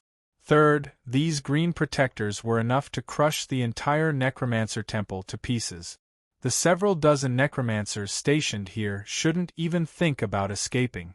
This was a psychological warning and deterrence to the necromancers. It was equivalent to taking a hostage, making the troops they secretly raised outside not act blindly without thinking. This deterrent effect was enough to make the necromancers hesitate. Chu Tian just needed to calm the chaos as fast as possible, and the necromancers would not have time to react. There's still enough time. Chu Tian looked up at the cloudless sky. Let's take care of the last bit of trouble. I want to visit the druids. Clark never thought that Chu Tian would have this kind of idea. The druids will not give you face, they are all wild and unruly people. Ha ha ha, that's not certain. Green City's range was very large. Accurately speaking, Green City was a mountain area. It would take half a day to travel from one side of Green City to another on a flying demon beast. Just Green City's city area was 5-6 times larger than the Southern Summer Imperial City. The Southern Summer Imperial City had 7-8 million people, but Green City only had 1 million. Moreover, Green City was a three-dimensional structure, with many living areas and castles built in the middle of the mountains. This was completely different from a flat human city, so Green City seemed to be one with nature. If one counted the natural city walls surrounding the mountain range, Green City was over 200 times the size of the southern summer imperial city. It was almost the size of half the imperial region. This was only a city. Green City had large unbroken mountain ranges, wide lakes, wild demon beasts, and hidden immortal herbs in some corners. In short, whether it was the diversity of life or the changes in the landscape, it was not strange at all in this special city. This was the southeast part of Green City, and the entire area was covered in a quiet and lush rainforest. There were many towering mountain peaks that were like heaven-supporting pillars surrounding the area. Each pillar was covered in green plants that were arranged in a certain pattern, just like a natural array. In the depths of the rainforest, a shrine covered in moss stood in the middle of it. This was the Druids' temple. The Druids were a free power in the forest, not belonging to any power. The Druids' followers were very widespread. There were elves, spirit beasts, and in some areas outside the Forest of Chaos, there were even humans who believed in the Druids. Chu Tian brought Dolores and Clark through the rainforest to the temple. Roar! A warning roar came from the top of a tall rainforest tree to the side. A giant wolf was standing there, staring at the intruders with its dark green eyes. This was a level 3 shadow wolf. It was said to be a terrifying killer in the forest, able to silently kill any prey. The shadow wolf did not attack and looked at them with a clear and intelligent gaze. A human voice came from the large wolf's mouth. The Druids do not welcome outsiders. If you dare take another half a step forward, don't blame the Druids for being impolite. While speaking, there were already many Druids appearing all around. These Druids had turned into wild beasts. There were giant apes, giant bears, and earth dragons, all of which were very strong demon beasts. The most important thing was that these were not just wild beasts, they were wild beasts filled with intelligence. Their intelligence and the Druids' abilities made them stronger than normal wild demon beasts. Perhaps with just a single order, the Druid would tear the intruder to shreds in an instant. Dolores and Clark were both on guard as the killing intent around them was real. The Druids were a wild and unruly group. They respected nature and doing as they pleased, so they would do whatever they wanted. Therefore, it was hard for Green City's rules to restrict them. Even if they recognized acting City Lord Clark, the Druids would not show mercy. This group of Druids had a very strong strength. Although the Druids were very loose and closed off in terms of battle strength, they were even above the shaman sorcerers and necromancers. Chu Tian calmly said, "I came to see Prophet Yoda." The Umbra demon wolf suddenly jumped up and its body released light in the air as it strangely turned into a human. When it landed on the ground, it had turned into a fierce wolf man. It roared at Chu Tian with a cold, killing intent that made people's hairs stand on end. Dolores and Clark both revealed looks of vigilance. Chu Tian faced the wolf man Druid with a mouth full of fangs, but he still acted as if nothing had happened. This was because he was clear that the people in the Divine Nature Temple would not know of Chu Tian's arrival. As expected, a low and deep voice came from inside. "It's rare for an esteemed guest to visit the Druid Temple. Invite them in." Chu Tian did not even look at the aggressive wolf man Druid beside him as he swaggered into the Divine Nature Temple. Clark and Dolores hesitated for a few seconds before following behind Chu Tian. Hundreds of high-level Druids in all directions turned back into their human forms. They all had murderous looks on their faces and were very unfriendly. How could these damned fellows dare to disturb the prophet?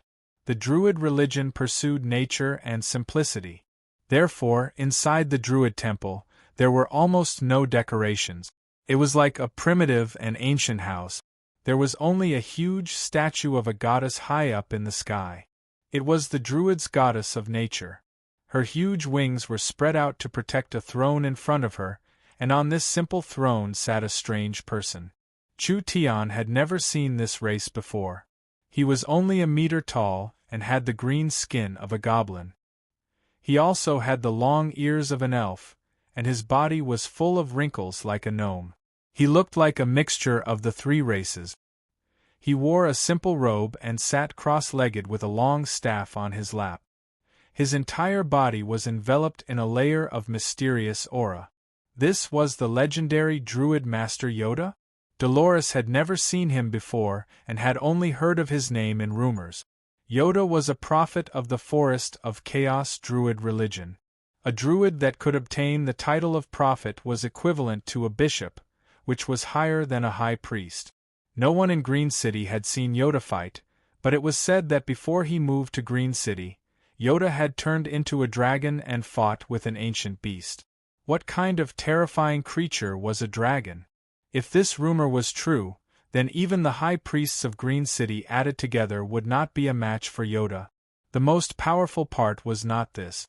It was said that the Druid prophets were different from normal people and had the ability to communicate with the spiritual gods to predict the future. If a large matter happened in the forest, as long as the prophet wanted to know, there was nothing that could be hidden from the prophet's eyes and ears. This was also the reason why Clark was very afraid of the Druid religion. The Druids were relatively low-key, but the threat they posed to the Green religion and Green City was not below the shaman sorcerers and necromancers. Not to mention that they were a group of unruly fellows, so anyone with this kind of influence in their territory would not be safe. Prophet Yoda would not easily meet people. Clark had only met Yoda twice in 30 years. This was also why Clark tried to stop Chu Tian when he learned that he wanted to visit the Druids. This was because it was completely useless. If he disturbed these sensitive Druids, it would attract unnecessary trouble. Who would have thought that Yoda would directly accept Chu Tian's request? This was another unexpected matter. Prophet Yoda opened his eyes. His head was very small, but his eyes were very large, just like a young animal. However, it was different from the innocent eyes of a small animal. Yoda's eyes were clear and sharp, as if he could see through everything. I'm called Chu Tian. I've admired the Druid religion for a long time. Being fortunate enough to meet the legendary Druid prophet, it really isn't easy. Chu Tian did not avoid Yoda's sharp eyes at all, but since it's such a coincidence, how about Master Yoda read my fortune? Impudent! With such disrespectful words, all of the surrounding Druids were instantly enraged. The prophet had a very high position in the Druid religion, and every Druid grew up under the teachings of the prophet. This weak little human dared to be this rude to Master Yoda. This was simply looking down on the Druid religion. This was absolutely unforgivable. Clark and Dolores's expressions changed.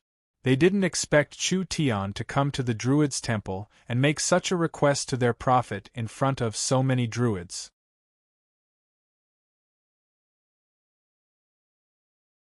Chapter 8:27. Chu Tian had made a mistake. It couldn't be said that it was a mistake. The plan itself was not a problem. He would first cut off the food of the large tribes, and when they were begging for a miracle, the Fox tribe would take this chance to release the news of the mysterious human merchant. When these natives heard that the Minotaurs in the Minotaur Valley, because they traded with this human merchant, not only did nothing happen to them during the famine, but they even ate and drank well every day, they would definitely go to the Minotaur Valley outside to investigate the situation. Who didn't know that the Minotaurs were the stupidest and were the first to starve to death? Now that they were eating and drinking, how could the other tribes not be jealous? The human merchant was very resourceful. No matter how much food they needed, they would be able to supply it. On one hand, he could supply high-quality food, and on the other hand, he could cut off other sources of food. These locals would definitely be tied down by Chu Tian in the end, and Chu Tian's goal would be achieved. The problem now was that when Chu Tian had just started the first step of his plan, and before he could even start the second step, Dolores had already rushed over. There was a very urgent piece of news that over 10 tribes were working together to attack Green City. The situation is not good this time, Dolores said with a face of worry. It's like we've smashed our own feet with a rock. No, it's not right. Chu Tian knit his brows and thought about it for a few minutes. This can't be right. These tribes normally don't interact with each other and are suspicious of each other. How could they form an alliance in just 2-3 days? This doesn't make sense. Dolores had already noticed this suspicious point. Although Green City's gnomes are very weak, they are not something these normal tribes would dare challenge. I also suspect that there is a mastermind behind this. Chu Tian nodded. There was no need to doubt it, this was certain. Chu Tian had already been in the Fox clan for a week, and he already had a good understanding of Green City. This city's manager and founder were all gnomes. Although the gnomes were not as strong as the elves, they could be considered one of the most knowledgeable races in the forest. The gnomes were different from the wood elves who had no desires. The gnomes were strict by nature and had a strong thirst for knowledge, therefore the gnomes had high attainments in source energy arrays. They had high standards in alchemy and talisman making. The reason Green City could maintain its rich state for several hundred years was because the gnomes' production had brought wealth to the city. The gnomes' equipment could be said to be very elite. Adding in the gnomes' talismans, along with the traps and various defensive facilities, it would make Green City a city that was hard to conquer. If my guesses aren't wrong, the person behind this is most likely in Green City. These locals can't conquer Green City, so they can only work together. Chu Tian asked Dolores, with your intuition, who do you think is the most suspicious? Dolores said without even thinking, the shaman religion or the undead religion. Chu Tian said with a slight nod, we need to make a trip to Green City. Why are we going to Green City? Of course it's to see the acting city lord. Chu Tian was an outsider and it was hard for outsiders to enter Green City, so he needed the Fox clan's help. Dolores had a common interest with Chu Tian now, so of course she agreed without even thinking about it. The demonic god religion had a bit of influence in Green City. Although the Fox clan was small, the Fox people had good brains, so they had a few stores in the city that mainly sold materials. Chu Tian disguised himself as a fox person and was led by Dolores, so it was much easier for them to enter Green City. Green City had already been established for 500 years. This was not considered too old in the Forest of Chaos, and this city had always been under the control of the Green Religion. The Green Religion was a religion that came from the elves, mainly believing in the forest god. The gnomes at their peak had over 1 million people, so they could be considered a large influence. In the last few decades, the Green Religion had quickly declined. The new druid warriors, necromancers, and shaman sorcerers were running amok in Green City, and they were already a serious threat to the gnomes. The gnomes were still the masters of Green City in name, but they had already been divided. They were being held back by these 3 religions, and adding in the several decades of chaos, the Green Religion's influence had quickly declined. Chu Tian was currently standing in front of Green City. This is Green City? It really is a bit different from what I imagined. The cities in the Forest of Chaos were not something the Southern Summer Country could compare to. Even the Southern Summer Imperial City could not compare to 1/10 of this place. When Chu Tian saw Green City, his first impression was, it was grand, natural, and picturesque. Most of the cities in the Forest of Chaos did not have walls, so walls did not have much meaning in defense. Although the Green City in front of him did not have walls, because it was built in the middle of a mountain range, the mountain range surrounding it was a natural wall.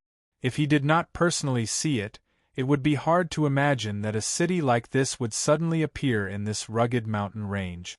Green City did not have many people, but the area it covered was several times larger than the Southern Summer Imperial City. The entire city was scattered in the middle of the mountain range, so the distribution was very interesting. If one looked at it from a macro perspective, it was like a trapezoid shape. Large amounts of castles were scattered, some were built at the foot of the mountain, some were built at the waist of the mountain, and some were built at the top of the mountain. Sometimes there were two castles in the middle that were separated by a several 100-meter deep mountain stream that was only connected by a drawbridge. There were countless open areas in the middle of the mountain range, which were large amounts of planting and breeding areas. There was a main peak in the middle of the mountain range. It was originally a towering mountain, but the top half of it had been cut open and turned into a giant white castle. Half was a mountain and the other half was a city. Sitting at the peak of the mountain range, surrounded by clouds, it was like a city in the sky. This was a very special place. The city built by the gnomes was completely different from the humans. In the large cities that humans lived in, the streets were orderly and the tall buildings were scattered. They were tightly packed together and were surrounded by walls. Green City's appearance was completely different. The entire city was made up of over 100 large and small castles, and each castle could be considered a small city. The castles surrounded the mountains in layers, forming a trapezoid shape. Although they were very loose, they were still very orderly. If a human city was a flat structure, then this city would be a three-dimensional structure. The entire Green City was perfectly integrated with nature. These cities that were cut from the mountains or built out of thin air looked disorderly on the surface, but each building in Green City was very unique. The spiritual energy here was very rich, and there were countless spirit veins gathered here, giving birth to countless heaven and earth treasures, but there were no fierce beasts. This was very rare in the Forest of Chaos. In this endless mountain range, it was unknown how many precious mines were hidden. It was definitely a good place for long-term development. Ha ha ha! Chu Tian gave a few loud laughs. A city in the mountains, a mountain in the city, a forest surrounding a river surrounding a mountain range, and a mountain range surrounding a city. My city looks very good. But I see that the city has not even been developed by 10% and the entire mountain range has not even been developed by 2%. I'm prepared to connect all of this together and create a large city-state that can hold several tens of millions of people, making it the largest city in the Forest of Chaos. What do you think? Sir City Lord, you seem to be happy too early. Dolores rolled her eyes and disagreed with Chu Tian's grand ambitions. Don't forget, your city will be captured by a group of people. It might even turn to ashes in a few days. Those locals? Pay. When would Great Master Chu Tian place them in his eyes? But speaking of this city was indeed better than imagined.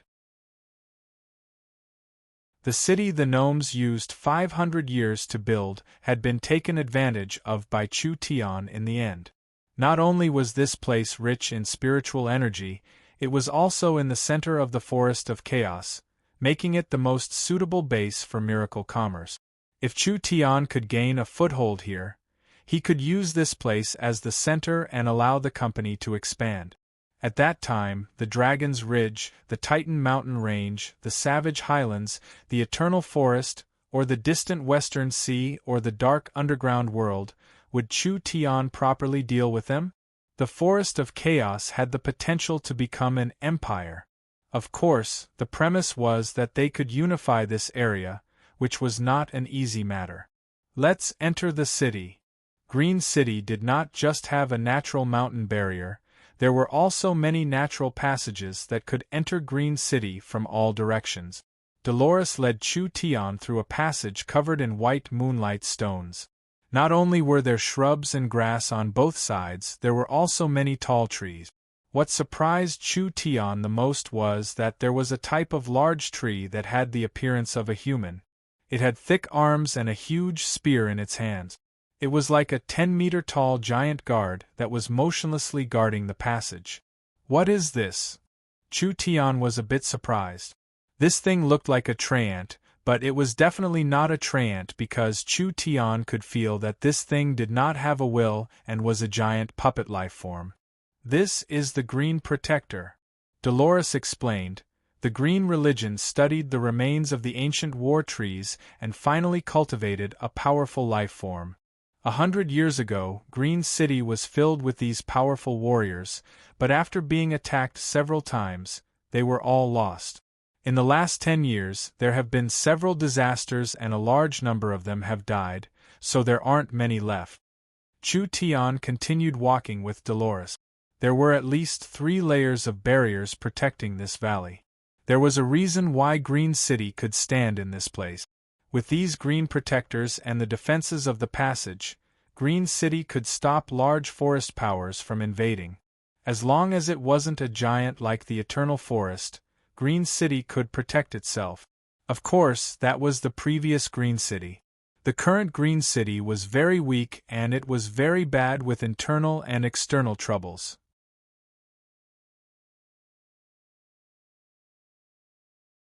Chapter 8:28. Yoda's clear and sharp eyes were as calm as a water mirror.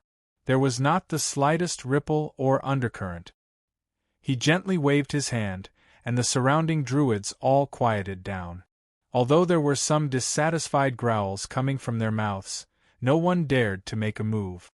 "Young human, I can feel that you are different from the others," Prophet Yoda gently and calmly said. Druid prophets can indeed feel a trace of fate, but unfortunately this ability is limited. The stronger the fate, the more complex it is, and the more difficult it is to sort it out. I may be able to see the life of a reptile, but I can't see the life of a dragon.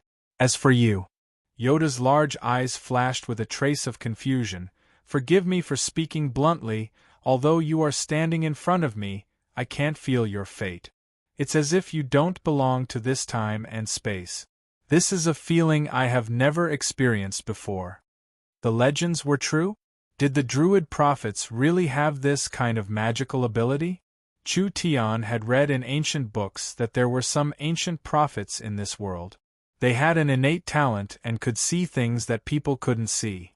Chu Tian was just testing it out, but Yoda's words made him feel very shocked. Could it be that this fellow could really see something? Fate is a river and we are all a speck of dust in it. Wherever we come from and where we go, it is all arranged by fate. We follow the current and cannot resist it. When Yoda said this, he suddenly revealed an interested expression. Now that there is a fish that has jumped into the river, not only is it trying to change its direction, wherever it goes, all the dust will deviate from its original path. I can sense that the fate of everyone who interacts with you has changed. Yoda's eyes fell onto Dolores and Clark before revealing an emotional expression. Green City's situation is already unpredictable, all the lines are in chaos. This was certain. If Chu Tian did not appear, the young Miss, Yingying, Nangong, and everyone else would have followed their original path. Chu Tian's appearance had changed history, so Yoda's words were correct. Chu Tian was a bit surprised. There was really someone in this world that could see through fate? This Yoda's words made Chu Tian think of the sealed ancient gods in the Central State Trial Tower. They had also described fate as a river, and the stronger a life was, the more they could control their direction and position. But no matter how strong a person was, they could not change the direction of the river of fate. Clark and Dolores were secretly shocked. This Druid prophet was even more profound than they imagined. The most important thing was that this prophet's evaluation of Chu Tian was very profound. Even if it was a giant dragon in front of him, even if Yoda could not accurately calculate its fate, he could still feel how strong it was against fate. He had no ability to see through Chu Tian at all. The fates of all living beings in this world were actually interconnected threads. When an unpredictable power was involved, it would cause these threads to become chaotic, and even the Druid prophet would temporarily lose his ability to predict. This young human was truly different. Perhaps this was the reason why Prophet Yoda wanted to see him. Chu Tian gave a sigh. Since I can't calculate it, then I won't. Actually, knowing my own fate is quite boring. Shouldn't there be a few surprises in life? Prophet Yoda smiled. Mr. is very open-minded. Since you've come to the Druid Temple, what advice do you have for the Druids? I don't dare give advice. Chu Tian did not keep him in suspense and directly threw out the chip he had already thought of. I've heard that before Prophet Yoda brought the Druids to Green City, they had fought with a terrifying ancient fierce beast. Prophet Yoda's injuries have not healed yet. Yoda did not reply. But this was indeed the case. The Druids did not come here with a special purpose, it was just the gnomes' prejudice against the Druids. Yoda's strength at his peak could be considered a first-class expert in the Forest of Chaos, but after the battle with the fierce beast, his strength had fallen quite a bit. Of course, even if he wasn't as strong as before, Prophet Yoda was still comparable to the high priests of the large sections. Chu Tian did not keep him in suspense. I am the new city lord of Green City, and I admire the Druid culture. I can think of a way to cure the prophet's injuries, but I hope the Druids can ally with Green City. The expressions of the other Druids fell. He could cure the prophet's injuries? If it was like this, then this was a large matter. Prophet Yoda did not lose his composure at all, even his eyes did not change. It was like this had nothing to do with him. Each Druid is free, I have no right to make decisions for the Druids. Chu Tian knit his brows. Why did this fellow not know what was good for him? Chu Tian could only lower his request. I can give the prophet an effective cure, but I don't want the Druids to be involved in the battle between Green City and the shamans. Yoda calmly said, the Druids love peace and will never be involved in a fight. As long as other people don't look at us with hostility, we won't look at others with hostility. Alright. Then it's a deal.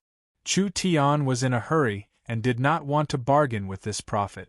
As long as he promised not to be involved in this conflict, everything else was fine. Chu Tian was more assured with the Druids.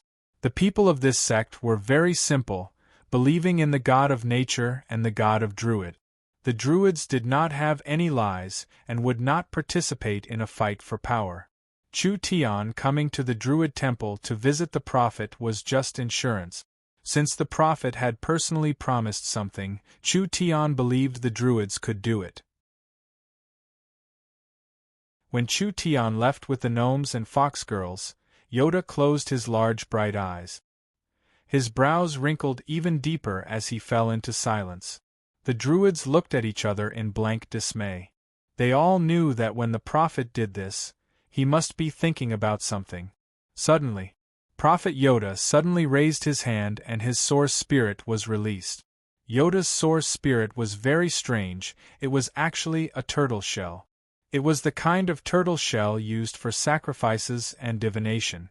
The Druids all knelt down on one knee seeing this. They all understood that the prophet was going to make a prophecy again.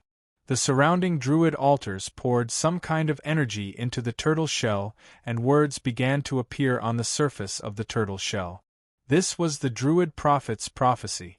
Only, before the words appeared, the entire turtle shell began to crack, and the cracks quickly covered the entire shell. With a thunderous sound, the entire turtle shell suddenly shattered into pieces. Pooh! Yoda spat out a mouthful of blood. Ah! Sir Prophet! The Druids quickly went up to support him, but Yoda waved his hand. He looked very weak, but there was no danger to his life. It really wasn't good. As long as he was beside this human, any divination or deduction abilities would lose their effect. He already had no way of predicting anything in Green City. All the threads here were tangled together and constantly changing, causing the other threads outside to change as well. Only when they were far enough away would they be able to regain this ability. Yoda revealed a strange and complex expression. Was there really a person in this world that could disturb fate? Chu Tian had used less than 2 days and everything had been arranged. Now he just had to wait for the shaman army and the local army to move. Around the 3rd day, the local army reached around 230,000 people, and they were all male elites from large tribes. This was already an army that could threaten the gnomes. The locals did not have any patience, and now they did not want to wait any longer. Kill! Kill! Kill! Over 200,000 people gathered in the forest, covering an area of over 10 miles. They were filled with wild killing intent and roars, just like a landslide, causing the birds and beasts in the forest to scatter. Several large tribe chiefs took the lead and decided to lead their subordinates into Green City to plunder. Several shaman sorcerers followed the army and used various shaman techniques on these people.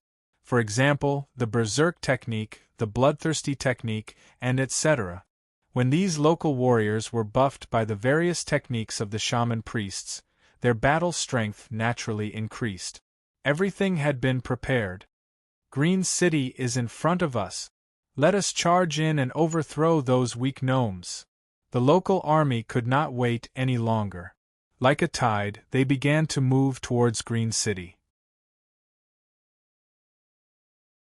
Green City's passages were filled with barriers and green protectors, but the shaman religion had already promised that as long as the local army attacked, the shaman sorcerers would close the defenses from the inside. Several 100,000 locals would be able to charge into Green City. The gnomes' battle strength was not that strong, so these several 100,000 would be able to push them back. Not to mention that there was another group of shaman followers attacking at the same time, so there was hope of destroying Green City. Just when a dozen tribal chiefs led a tide of clansmen into the canyon, they suddenly found that all the barriers in the canyon had been opened, layer by layer, like a huge barrier. The two cliffs were filled with half-elf archers and half-elf priests. What's going on? Didn't the shamans say that they could close the gnomes' defenses? Although they were very dissatisfied with the current situation, they had already charged in. Even if Green City's defenses were not closed, they could only brace themselves and continue fighting. Who would have thought that when the locals were circulating their spirit energy to fight? Something that no one would have thought would happen. When the locals' spirit energy began to circulate, it was like their bodies were burning. All the spirit energy went wild in their meridians and they could not control it at all. What is going on?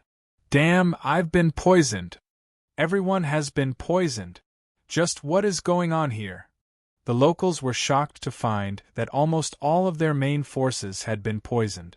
Before they could react, the Minotaur chief Arnold suddenly gave a roar and his giant axe slashed down on a shaman priest. With a voila sound, the shaman priest was like a broken porcelain vase, instantly exploding into pieces of flesh and blood that filled the sky. The locals finally understood why everyone was poisoned when they saw this. It was because the Minotaurs had done something to their food. The Minotaurs were part of the locals and the other tribes were not on guard against the Minotaurs at all, so they never thought that the Minotaurs would poison their food. You're tuning in to the Phoenix Knights YouTube channel. Don't forget to subscribe and join us on this journey to catch the most captivating stories.